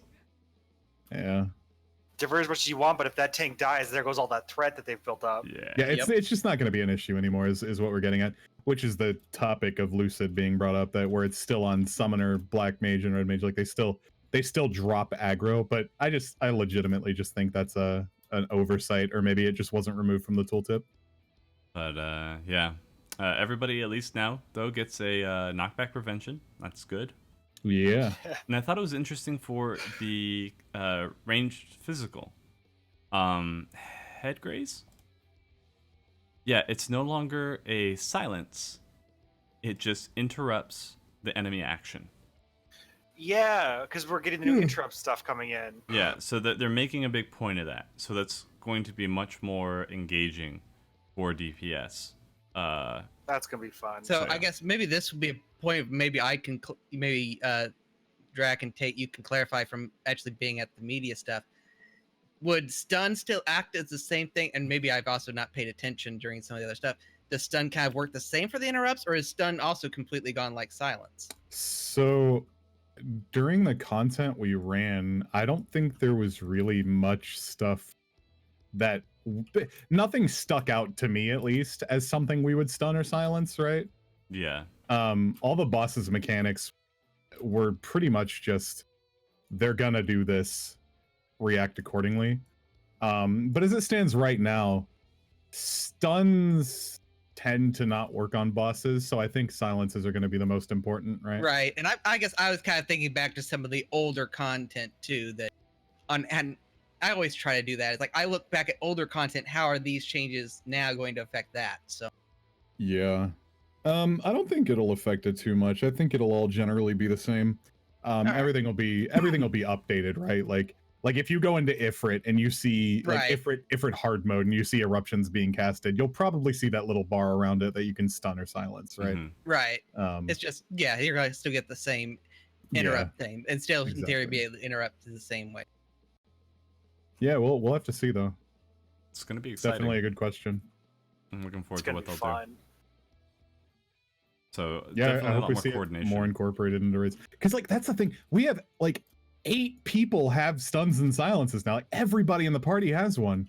So like, I'm wondering, like, is there gonna be some crazy shit where we're all gonna have an ad we have to silence, like, or stun, or like, or is it just gonna be like, oh yeah, the whole party is now responsible for this one job, like in Guardian, for instance? It's like, oh, silence Ultros, suddenly 8 silences go out. Yeah. Like I'm wondering, like, as far as fight design goes, I'm wondering how in depth they're willing to go with something like every class having that responsibility. Except casters. Yeah, chat. You're right. Casters do not. don't? No. Oh well, They still fuck have casters. they still have Addle, but that's just magic damage reduction by Addle's reducing. good. Well, we still have Feint too. Yeah, say Feint's still on DPS or on physical, so or Not at that least we'll ever physical. use it outside of auto attacks or something, but Yeah. you know. Right. Yeah, well, I'm interested to see how it goes though, because they've just added so much more. I can't even call it utility because we don't know if it's utility yet. So we'll see. It's gonna be like a this role will have to do this thing sort of deal. I'm just oh man, I'm so excited. Yeah. It'd be really cool if they have a thing where just like there's a boss that just constantly casts this skill that's interruptible. So you have to like have the whole party rotating it. Oh And yeah, like, yeah. so a few are gonna get off, and they go off on the tank, and the tank gets a stacking debuff. Maybe you have to like choose which ones you'd rather silence or mitigate or heal through. Like Right. maybe silence every other one. Maybe they come out at a certain speed so that the healers have time to heal them. Yep. That's an interesting thought. I like that. That'd be dope as hell. That'd be a fun boss fight. Yeah. Yeah. Bring back a blunt arrow. Just used it. SE1. Oh yeah, I was thinking about the other night. It's like I was heck me forever, and my chat finally got me the name of it. It's like, what was the name of the silence on Bard in the realm? Yeah, Yeah. for T1 and Chimera. Yep, exactly. Oh, That's right. the only fights. That was it. But it was fun. Like I would go Bard just so that we would have it. Yeah, Yeah. T2 also, but yeah, same thing as T1. But Yeah. Well, okay. If high voltage. I yeah, came in late. I came in kind of late with T2, and I definitely was part of the groups that just enrage farmed it. I don't know a single group that didn't use enraged strat on turn 2, but I hated it, man. Sitting there for 10 minutes. Ugh. Can't wait to do that again. Waiting for Dancer opener. Am I right? This speculated minute-long opener. Oh my, the minute-long countdown rather. Oh No god. thanks. Oh, if that's legit, I'm gonna hate it. I'm gonna absolutely hate it. Yeah. So somebody's asking, are we seeing DPS as a role gonna have more things to do, judging from what we have for utility and role actions? Because most of the Stormblood fights were just literal DPS, the boss down. Yeah, I think with what we're talking about now, the DPS are going to be a little bit more active. Yeah, like obviously we don't know. We just hope. We hope that is yeah, the case. I hope so. Like I always love mechanically driven fights more than I do DPS check fights. Like incorporate DPS checks into the fights, absolutely. For instance, let's see. We haven't had a tight DPS check in a long time, right? Like that's like the entirety of Savage raids through Stormblood. Like no DPS check has been like, oh, that was really close. Outside of like early, like door bosses early on, right? Yeah. Hmm. I can't think of Whereas I remember back in Midas, it's like you would have, for instance, on A8 at the beginning of A8, the manipulator, like you would like the 4 DPS would all have their little nodes they had to DPS down at the beginning. They'd all have to go in their little fields and DPS their nodes. And it's like, oh, I misplaced this one global, we wipe. I like that shit's riveting to me. It gets the blood pumping. But it's also it also gets back to the whole like, will the raids be accessible sort of thing. But yeah, that's just my thought on it. Is I hope we get really mechanically driven fights. Absolutely. And especially with the changes to True North for like melee, gonna be a lot. They have a lot more freedom now without punishing the Yeah. player base for it. So Yeah. Yeah, and oh man, The I'm strats are like gonna be getting better. flashbacks. I think a poor choice in DPS checks goes is back to Midas again was A7 with the jails, where one person would go in a jail and have to DPS down the ad, right? Mhm. And there would legitimately just be certain jobs that you can't send in. Like it would basically be you send in a dragoon or you don't send in anyone, right? Like it's over. yeah, Monk was The dragoon terrible. always had to take care of for it. Yeah. Well, the thing about the way the game was balanced back then is in A7, monks didn't do any mechanics because if they did, they lost their stacks. Yeah. You just had the monk on the boss constantly, or else they were not useful at all. People made fun of me for it. They're like, "Oh, Drat can't handle the baby jail." I'm like, I lose my stacks, and by the time I You get my can't, stacks, like, we're dead. It's not that you can't; it's that you shouldn't. It's dumb to put you there. Yeah. Those people were removed. I didn't like A7 mainly because the fight was so long. Oh my god, it was like 13 minutes for a freaking third fight. Ugh. But otherwise, like in the same respect, it's like, yeah, it sucks that only this specific job can do that. but at the same time, that's also kind of interesting. So like, only this job has the burst at this specific point in the fight to do that, so they need to take care of it. Like, that's another thing where it's like, that adds to the depth of the fight, but it also kind of sucks for maybe some other jobs who need to take care of that. I don't know, man. There's so many mixed feelings about it. Yeah. I just Well, want to punch stuff. Yeah, well now it's Monk literally should never lose stacks. That's kind of the thing that it's gotten going for it now. Samurai, even when standing still, gets something to increase their damage with the meditate stacks and Shoha. I'm trying to think what else has. I mean, Dragoon's been in a pretty good spot because you just use Blood of the Dragon, and it just refreshes your stuff, so you don't have to worry about standing still too long. Say, yeah, as long as you can get off one combo to extend it, you can extend it indefinitely. That's awesome. Same thing with Black Mage Enochian. Like they've made it very accessible for people. Like once you're in combat, you're no longer punished for the fight having a 20-second transition. But yeah, before it felt really bad. It felt really bad. And going back to the statements, like if people were playing on Monk to take it into A7, that should never have been an issue because it was gross. I'm sure. I think other jobs just had that issue. Same with Dragoon and Ravana and stuff. If people just paid attention to it, because, but yeah, they're. Or if anybody had played Ninja at all ever, then they would have known that hey, maybe the boss shouldn't turn for these attacks. Just on this random timer, like hey, the boss could target the tank standing in front of him. Or you could flip all the way around. Good luck with your trick attack. And it always lined up with that turn, no matter what you did. Notice Tate got real quiet after that. Are you okay? Oh yeah, sorry. I was typing something and I have a super, super hard time focusing on more than one thing at a time. It's like I just made him real mad. He got super triggered by the trick attack. I legit, I had to zone out. I honestly am guilty of not even knowing what you guys are saying. I was just saying. I've been there tonight. Yeah, I've been there during raid too. Just like disassociated really hard. It was more of a like if people had been playing Monk, they would have seen issues with the transitions. If people played Dragoon, they would have seen the issues with positionals. And if people played Ninja at all, then they would have seen the issues of, hey, I'm the boss and I'm going to turn to a random party member as soon as your trick attack's up. Yeah. Now you have True North for every single trick. Yep. Crazy. Is rotation going to be the hard next patch? It's going to be technical. I don't know if... it depends. I try and stay away from calling anything hard. Busy, perhaps. Situational, Nothing is maybe. hard after you build the muscle memory, right? Like, yeah. Right. Yeah. So it's like sorry. No, go ahead. I'm just saying it's like a lot of people say, "Oh, this class is hard," but like the people who main that class will always call it easy, right? Yep. Like Ninja, people like back when Stormblood first came out, it was like people kept saying like, "Oh, Ninja's like I can't even wrap my head around it.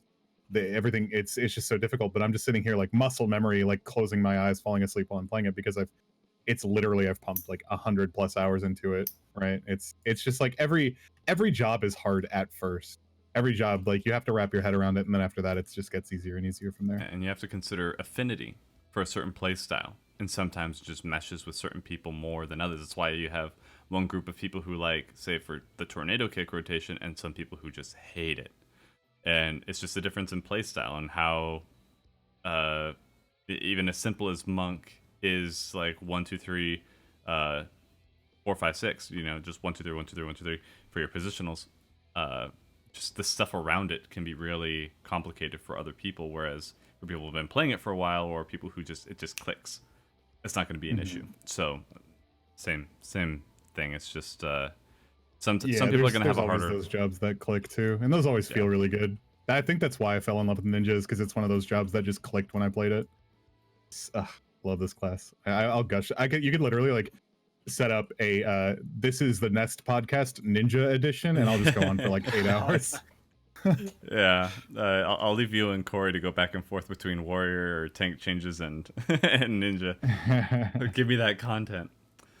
But yeah, I'm definitely in the group that ninja is very obscure to me.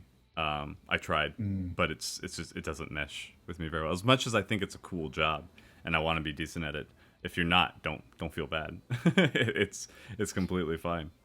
Yeah, Oh, I was yeah. kind of getting that feel. I took it on here in the last couple of months, and I was really starting to like it. And I was even thinking about maybe making that change here for the next tier, but it's like I just wasn't comfortable with it yet. So, Yeah. but I'm gonna definitely give it a shot after I get Dragoon. Oh yeah. I mean, I want to level everything that comes up with it, but Ninja's definitely probably of the DPS, the one I'm most intimidated by now. Just because there's just so much to it. Like, I want to learn to play it well. Like, that's the kind of thing. Like, I want to learn to play it relatively well, but there seems a lot, like that Maesui change added to it. I'm like, okay, now you got a trick attack, then the Yeah, Maesui. it adds a lot of depth to the And I'm like, class. oh, there's a lot going here. Then you have like you still have a trick attack window to work everything in. Mm-hmm. Are there any classes we haven't really talked about this entire time? We've gone over. I'm super guilty Summoner in that briefly. Say Well, Summoner. I think we we didn't talked a talk little like bit red about mage Red at Mage. all. Yeah. I'm guilty in that I'm not interested in casters at all. Like a lot of people who are watching the stream right now know that I played Summoner for the majority of AlphaScape for Nest. I didn't like it. Like I did enjoy it, but it's not a class that I would specifically choose to play in any other situation, right? It was kind of like, oh, Nest needs it, I'll play it. Yeah. I really for this I only intended to go over the jobs that we particularly touch on because we're not going to have a whole lot of insight for jobs that we don't play. And Red Mage Yeah. seems pretty straightforward. I watched Larry's video today on it. It's basically, yeah, they made an AoE rotation so impact was changed to be AoE only. So now you're going to be doing your Ver Thunder, Ver Fire AoE version, and then impact as your dual cast. And just keep going back and forth on that. And then I guess you have more options whether or not you want to displace backwards now. You can displace backwards or I don't know. It's so now it's not as life threatening if you're on that. Can I just say that displays backwards, but it's so nice in Suzaku, okay? Because I know so many red mages that wanted to play Suzaku, and I'm like, oh, you're playing red mage. Ooh, you can do it, but it's dangerous, all right? Yeah. They're like, why is it dangerous? I'm like, because if you want to displace in that, since you have to target the boss, and you're on that donut ring, you have to like kind of stand like right on the edge of the middle, and then you can displace backwards, and you'll barely stay on. Yeah. So that's a really nice quality of life that I think they really deserved, because that was horrifying, like leaping off the edge.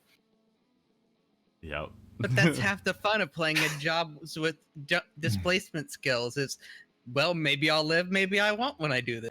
That's like See, the difference with the Dragoon though on that is that Dragoons you don't have to target something, you don't bounce off of something to do it. You can kind of position yourself. Yeah, and I haven't actually looked. I don't even know what the purpose of elusive jump will be, other than to just not be where you were. Yeah. just imagine those people like they get off on danger. Like they get right to the edge. Oh No! yeah. Gross. But then again, I've also died going forward with a skill that's supposed to return you exactly to the same spot. So there's always that. Because it turns you around. Oh my God. That was the funniest shit in Neo X Death. Oh my goodness! It almost killed you on the door boss. I did for it several 12. times during Chaos too. In Oh yeah. 9, there was several that, especially if we got Tsunami the second time around, or the second What's, wave of Tsunami. Yeah, What's the cooldown for elusive jump right now? Actually, I'm in game. I could literally. check elusive that. is 30. 30. Okay, so it literally only lost the aggro thing. Well, I guess it doesn't free you from heavy or bind anymore. Oh, I mean, there's so so- many heavies and binds. Well, that's the thing is arm's length. When it procs now, you get heavied. I think. No, Isn't that a it thing? heavy's the thing that it hits can you. put us heavy on it, or Oh, it puts heavy on the enemy. Mhm. yeah. Oh, I totally misinterpreted that. I did- I did thought too it's at like If it's the other arms- way around, Yeah, then I thought it would like. I thought it was weirdly punishing or something. Never mind. I'm Mhm. dumb. arm's length already has that. So yeah, it's slow just a movement 20% ability now, chance when. which I mean is good. Like every class has having a movement ability is always a good thing, right? Yeah. So at least now you don't have to use it on dropping enmity. So that's you get to pick and choose a little bit more, which is always nice. Yeah, so I don't lose like half a GCD or something like Yeah, that by exactly. having to drop aggro because of it. Now I Let's just see. have to cut those AoEs and on the boss just a little bit closer. Yeah, it's a 20% It's slow. a slow. Sorry, I'm dumb. All right, like take everything I'm saying with like 8 grains of salt. Honestly, I'm brain dead. I didn't even know that was already on the skill. It's like, I mean, how often does it actually proc ever? Or do you Yeah. use it for that? I don't know. Maybe in like a Maybe in a dungeon or open world stuff. You're not using arm's length on a boss fight for the slow. Yeah. True.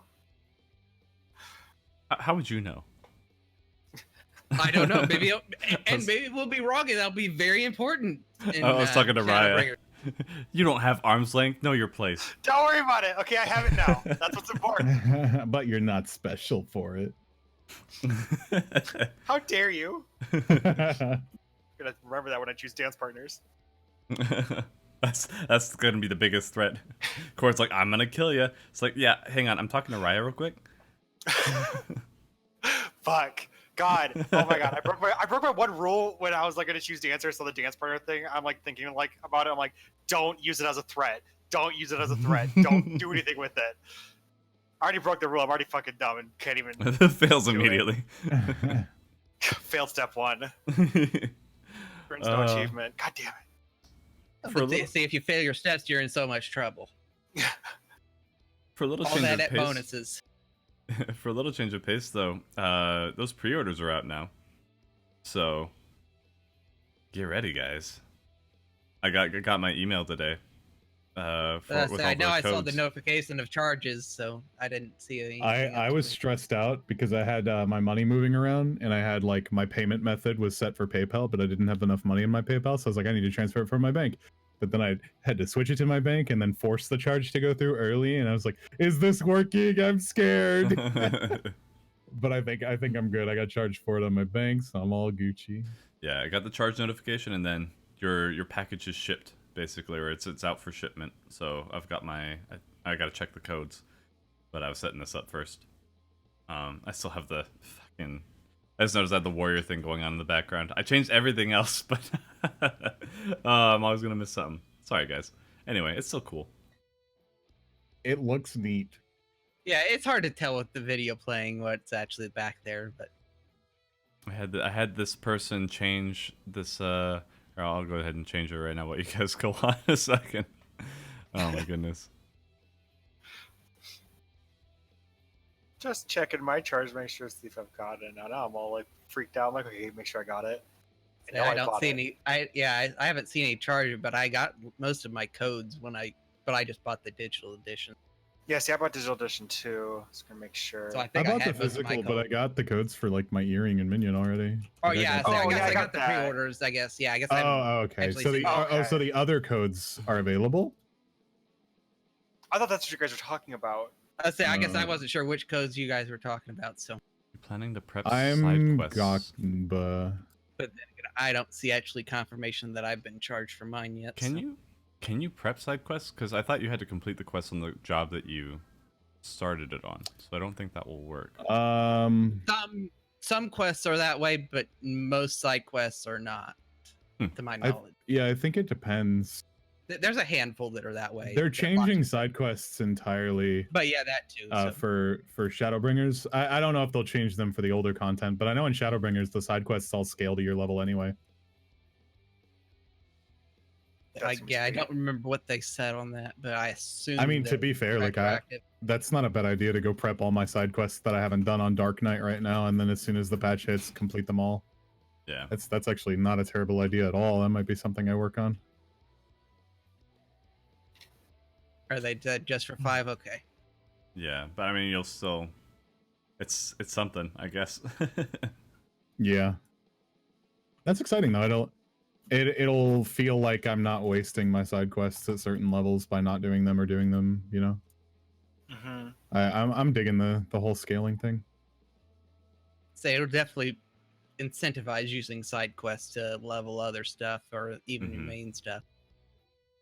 I just hope the experience is worth it, because I did like half the ones in the Azim step, or it felt like I did half of them, and I like dink.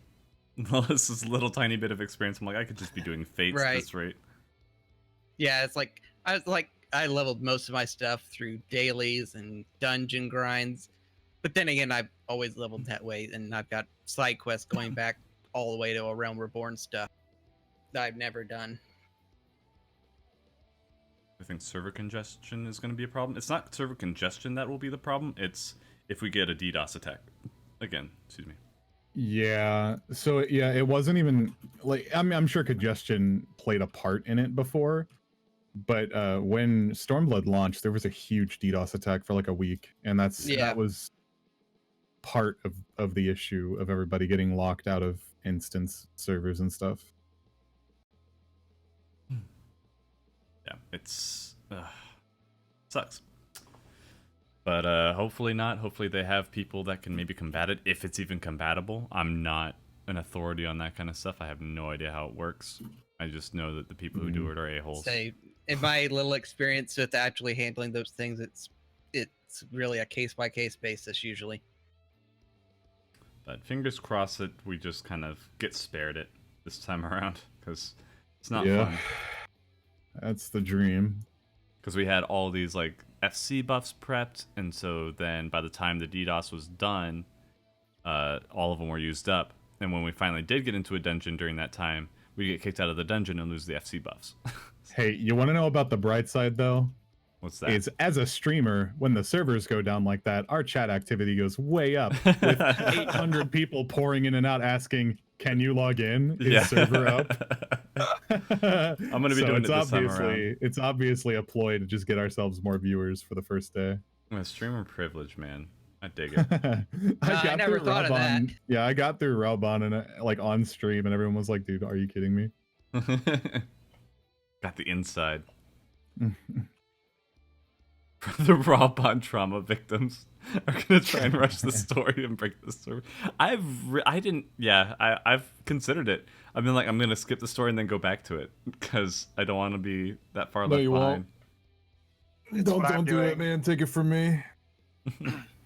It's what I'm doing. I'm gonna plow through it. I might legit. Yeah, I might legit rush story on main and then actually watch it on my alt, because I caught up with the story. Right? Like I had a whole thing dedicated to watching every single cutscene, and I really like it, and I do want to know what's gonna happen, but I don't want to get blocked by the servers shitting or something. I want to get my stuff done immediately, and then maybe take it easy on my alt. Here's hoping, man. Here is hoping. I'll probably just kick back and watch it though, honestly. If I get blocked, so be it. I've got a month, who cares? Say, as long as I'm not a fishing main again. If you get blocked, you can go level dancer or gunbreaker. That's true. And heaven on high, yeah. That's the idea. Or fates, I guess, because the instant servers will be fucked, but Yeah, I say, because I think some people tried doing that with Samurai, which immediately opened up with a quest. Or an I quest hope they don't do that again. Yeah, where it was literally the first quest was an instance. Oh god, that sucked. Which sucks that they have to kind of plan around the game being broken. It does to an extent. Like they could do it again, and like it would only be an unfortunate. It would only suck for the first day, right? Like everybody would get over it. It's just a meme now. So sad. It was just so sad. I'm like, I wanna fight the guy. I can't fight the guy. Okay, I guess I'll level in some fates now. Yeah. Oh, I hiccuped. Sorry. Did that busted on Heavensward launch? Not at all. It was hard to log in. Like there were login queues, and you would get kicked out every now and then. But it wasn't nearly that bad on Heavensward. It wasn't unstable. Like when you were in, you were in. You played the game. Yeah, I say I don't really remember any issues other than occasionally just some long load times into zones or stuff like that. But yeah, it wasn't anything horrible. Yeah, Heavensward had the same issue that most expansions do. everybody comes back to the game. You got a whole bunch of new people playing the game, and then it dies off over the next few weeks. Yeah, the line, loading Moogle, don't fuck me. Loading Moogle, do not fuck me. Come on, little buddy, you can make it. But I'm pretty much spent on. I know we can go on and on about like different things for our specific jobs. I could talk just about all day on what I would like to see, or the issues that even what I'm excited about for the monk changes, even though I'm probably not going to be playing it much. And same with, you know, Tate on Ninja, Bard on Bard, Raya on Dancer. You're just Bard now in my head. I put you into the file. Put him in the Bard file. And then Hans on Dragoon, but I think we covered most everything. Unless I'm mistaken, you guys can in chat can feel free to ask some questions, or if you guys have anything else you want to talk about, I'm not gonna cut you off right now. But you're also not obligated to continue on if you don't have anything else. My brain is empty. So this podcast definitely turned into just us being excited for Shadowbringers rather than DPS focused talk, and I'm okay with that personally. Yeah, I think a lot of other people. Somebody, why not Monk? Like I've gone over before, I think that the playstyle keeps changing, and it's hard to keep up my own interest in it when it's not changing in a direction that I particularly have an affinity with. It's just one of those things where I'd like to. I don't even get the direction that they're going with, and I know that they want us to just figure it out, but it's not all that intuitive right now, especially when we didn't get the chance to play on a dummy. Drac don't like it. Yeah, that's it. Drac just I gave it a shot. He don't like it no more. I gave it a fair shot in Alphascape, played it all the way through, but I was very happy to get off of it, and I could play just fine with the Tornado Kick rotation. I was always up there on the parses, so I wasn't. Yeah, I wasn't you were doing suffering. real well at the end there, definitely. Could they do to Dancer if it's powerful with its buffs? They'll probably just adjust it. They'll tweak it if it ends up being stronger. Same thing that they did with Ninja in Heaven's Word. Always keep in mind that we always get like 2 balance patches after the expansion goes live anyway. 2 weeks after the patch goes live, we get normal mode raids, which also comes with a balance patch, and then we get savage raids, which usually also comes with a balance patch. It's happened for like the last 2 expansions, so criticisms will be heard and adjustments will be made for sure. Yeah, so don't get intimidated by all the anger, but also if people are heated in their criticisms, just stay out of it. For the most part, like, you can post your own stuff on the forums, but know what you're getting into, because they're always going to be very vitriolic. While there are other groups that are going to be like, hey, this needs to change. This is why. And like, they're actually giving a legitimate criticism. Some people just want to be mad. So know that going into it. But yeah, the Nier 24, man. I don't play Nier. I have zero opinion of it. So like, that's not very helpful, but I don't really care one way or the other. I'm not a big fan of the sci-fi fantasy that it goes for. It's not a big appeal to me personally, so it'll be interesting. I think it's cool that they're doing more crossover stuff with other groups within the company, but overall, I don't mind it particularly. I want it. Give it to me. It's weird. I can agree with that. It's weird. It's weird, but I like it. Yeah, if I ever stream Nier, I think I'll do the same thing that I did with Sekiro near the end of my Sekiro playthrough and just turn off chat. You should. Because Automata is an amazing fucking game. And like, my chat was pretty good about it. Like, there's really not much outside of story you can spoil, because there's a lot of different ways you can play the game, I guess. And the fan base for it isn't as rabid as FromSoft fans are, right? Yeah. It's an anime game, and weebs are all nerds, right? Like, we're all here for each other. And I had a pretty good time with my chat when I played it, at least. They were all... very invested in seeing reactions to story stuff and bosses Yeah. and stuff like that. So And that's what you might have a good time. I'm totally fine with that. It's just I mean, people I love my community, but at the same time they some people don't have this filter in their head that's like, what I'm about to say is an egregious spoiler. Like, some people would link, like, so I complained about Monster Hunter, the whole PC release thing a while ago, just because I want to keep the hype fresh, and it's hard to do with such from when they announce it to when PC gets it. So I'm like, all right, I'm going to try my best to stay spoiler free as much as I can. It's going to be difficult because people will just at me about stuff. Literally, as soon as the newest trailer dropped, and I'm like, I'm going to stay away from it because it's story and they're going to spoil everything. As soon as the trailer dropped, somebody asked me with, hey, what are your thoughts about Tigrex being added? I'm like, well, why'd you even link it to me if you thought I saw it already? Or they're like, hey, I don't see a reaction from you. Did you die when you saw Glavenus at the end? I'm like, why I didn't know about Glavenus until somebody did the same thing to me. Like somebody messaged me like, what do you think about Glavenus? I was like, what? Yeah. So I was like, but then I heard, my wife was watching it in the other room. I still heard stuff, and I already knew because people spoiled it. So I'm like, I'm not even gonna waste my time. I'm just gonna be mad over nothing because people are gonna spoil it for me. But with Sekiro, it was a lot of criticisms when I didn't get it immediately, and so I had a lot more fun when I just turned off the chat when I streamed, and people could react to it the way that they would. Just play for yourself, enjoy the game, man. Sometimes that's what you got to do. Yeah, because then you have the other thing where people are like, I don't know if this is a spoiler, but rattle on. Oh, and then it's literally a spoiler. And people or are like, when people do a whole like, I can't wait till he gets to X, because then it builds your expectations for it already. Like, even though you don't know what it is, you already have these expectations set for it.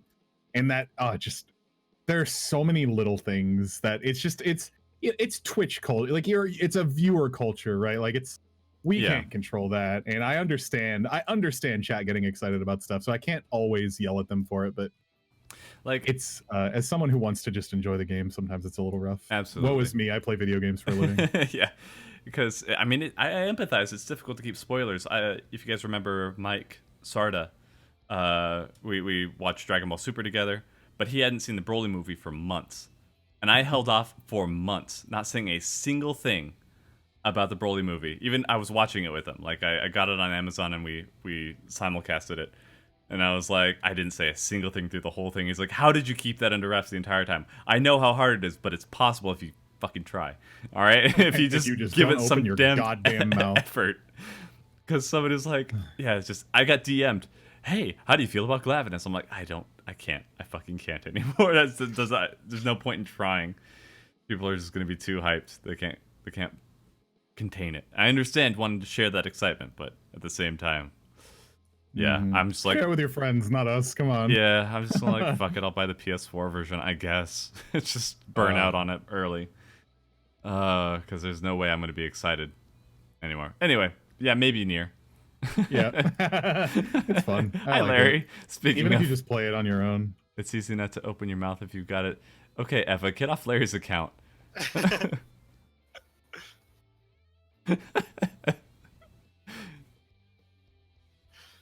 I was like, I can't say this on my account. I'll say it on Larry's.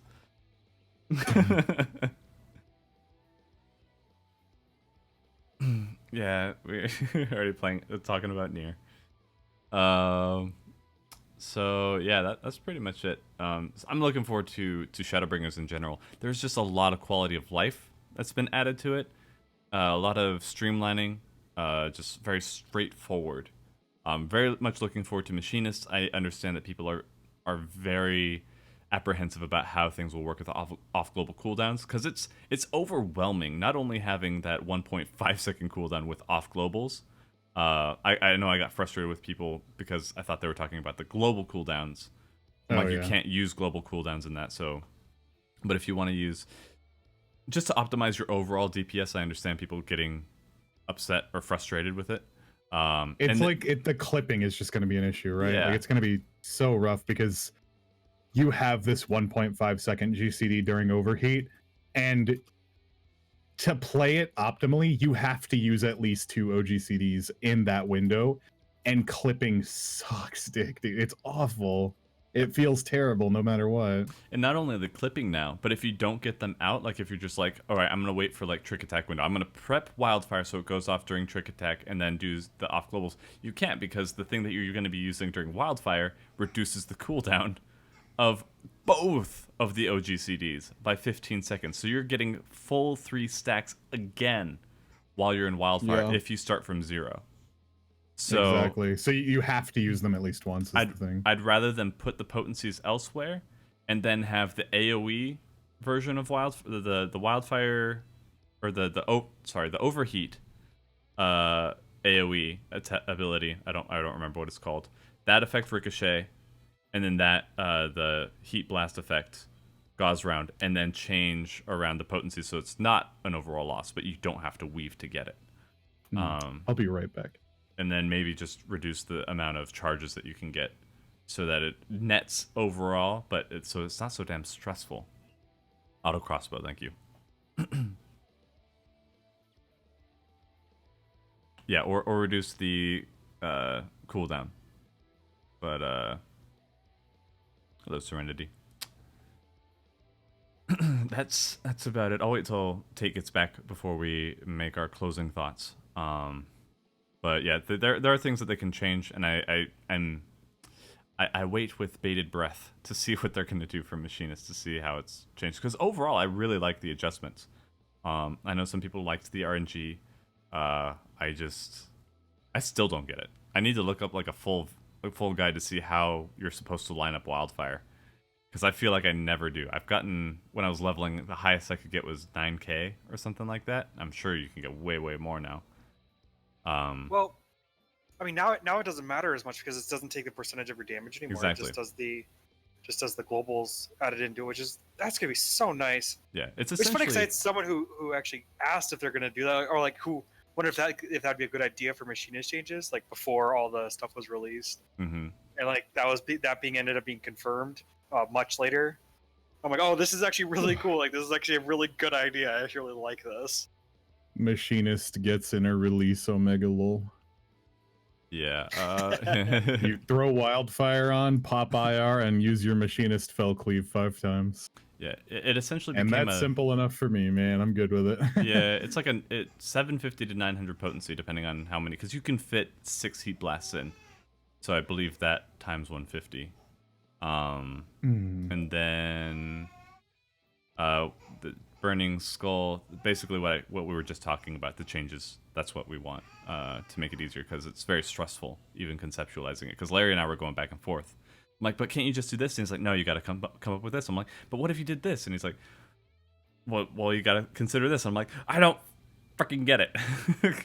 Because all this stuff to think about, like, are you lining up with trick attack? Are you lining it up with this? Or can you use it here? Are you going to have that much of a, like, people even losing out on the slightest amount of potency are still going to feel really bad about it. And I'm getting lightheaded from talking so much. But take a breath and you'll be fine. Probably. So, yeah. Yeah, I think that's about it. Yeah. And then, yeah, so basically just hoping that gauze round and ricochet either are set exclusively to their cooldowns being reduced for auto crossbow and heat blast, however those line up for AoE and single target, and maybe just adjust potencies and reduce the recast time that's given to you, just so that it's not as hectic in that phase, because that's what people didn't like. That's the main comment. And somebody was like, it's not even that I didn't like it, like, or Machinist didn't like it in general. It's that it was so static and boring, right? Like, I like the activeness of that 10, 15 second window, but it's the other 45 seconds of the rotation that I dislike, where you're just doing nothing. Yeah, that too. But because I asked people, like, for Dark Knight, for Machinist, what do you want me to look at? And then that was the big thing, is the clipping, the weaving. That was huge. Not that what you said has any less validity, but that's from my community. That's what I got. So I have this guy Right, in the yeah, comments. No offense, but how can you say what's good if you haven't even gotten it to 70? It's like because because I have people in Because my I don't know, comments. maybe I'm a front runner in the Final Fantasy 14 community and have a lot of people telling me what they think. You Yeah. fucking degenerate! Like, So yeah, I was like, I'm almost 270, so I know what it's like to level it. I understand how complicated it is getting into it. Like the learning curve, at least for me, was pretty steep. I still tried my best to enjoy it, and changing the pet to be just like a temporary summon rather than hey, make sure when you move, because doing heaven on high on Machinist sucks. yeah, It's horrible. Yeah. So from my perspective, yeah, I can still say that's good because it looks so much more straightforward and there's so much more to do throughout the rest of your rotation rather than just wildfire window. You know what I mean? There's stuff to do, especially if Automaton Queen doesn't work with wildfire, then you just excuse me, saliva buildup. Then you just summon her whenever. And that's a big feels good. In my opinion. So it's still my opinion, but don't act like my opinion is invalid just because I haven't maxed it out and haven't played it in raid and all that stuff. Like there's still casual aspects of it that do feel a lot better. Yeah. I mean, you don't have to play something in raids to give criticism about it because, 80% of the people who play this game aren't going to care about that. Yeah. The people who do care about it were just very loud and passionate about it. That's all. Yeah. So yeah, it's pretty much it. Unless you guys have any other thing to go into, I will open it up for closing thoughts. Pretty much empty. Yeah, I'm out of ideas. Same. I appreciate you guys making the time to come out and do this. Like I said in the Tank Talk, we'll try and do this again after raids. We've kind of gone up and we get a chance to actually have hands-on experience with the jobs in a real raid setting and all that stuff. So if you guys would like to join me for that again, we'll bring you on back. Except we'll probably have it shifted. Tate, you're still welcome since you will be doing it in your other group. But Choco will probably be joining us here for because he'll be on Ninja. Oh man, we can gush. Yeah. So Or one of us can cry. We'll see how it goes. we'll see how A little bit of both, or coin toss. We'll be gushing tears. How about that? So you're orgasming again. Oh no, Dude, I brought that up on the healer, and I thought I'd get a giggle, and nothing. I got absolutely nothing. I'm like, I thought that was one of the funniest bits from 011, but I guess I'm alone. Anyway, oh man, I love you guys. Thank you for tuning in. I appreciate the support. We will see you guys as we get closer into Shadowbringers. I don't think we'll really be doing too much until then, not group wise, but we've still got to do some Palace of the Dead. 199. I can't make it to Palace tomorrow, just so you know. Okay, well we'll be working So we'll on have to do that next week. as long as it's before Shadowbringers, and we can try Yeah, and get for it sure. done. I want to complete it really bad. So So you've got 2 more weeks. No, 3 more weeks from tomorrow before it comes out. yep. Mhm. So yeah, hype is at an all-time high. Thanks for sharing it with us, everybody. Still value any opinions. If you guys have stuff in the comments that you want to get a discussion going on, feel free to do that. I'll try and have everybody's information if you want to follow them on Twitter, Twitch, and stuff. They're still on the screen. Remember to be nice to each other. Yeah, respect is key, but understand also that people do care about this game, and so passion can run pretty high as well. So don't take everything too personally either. But in any case, thank you guys again. Hope you have a great rest of your night, and we will see you in Shadowbringers. Bye. Goodbye. See ya.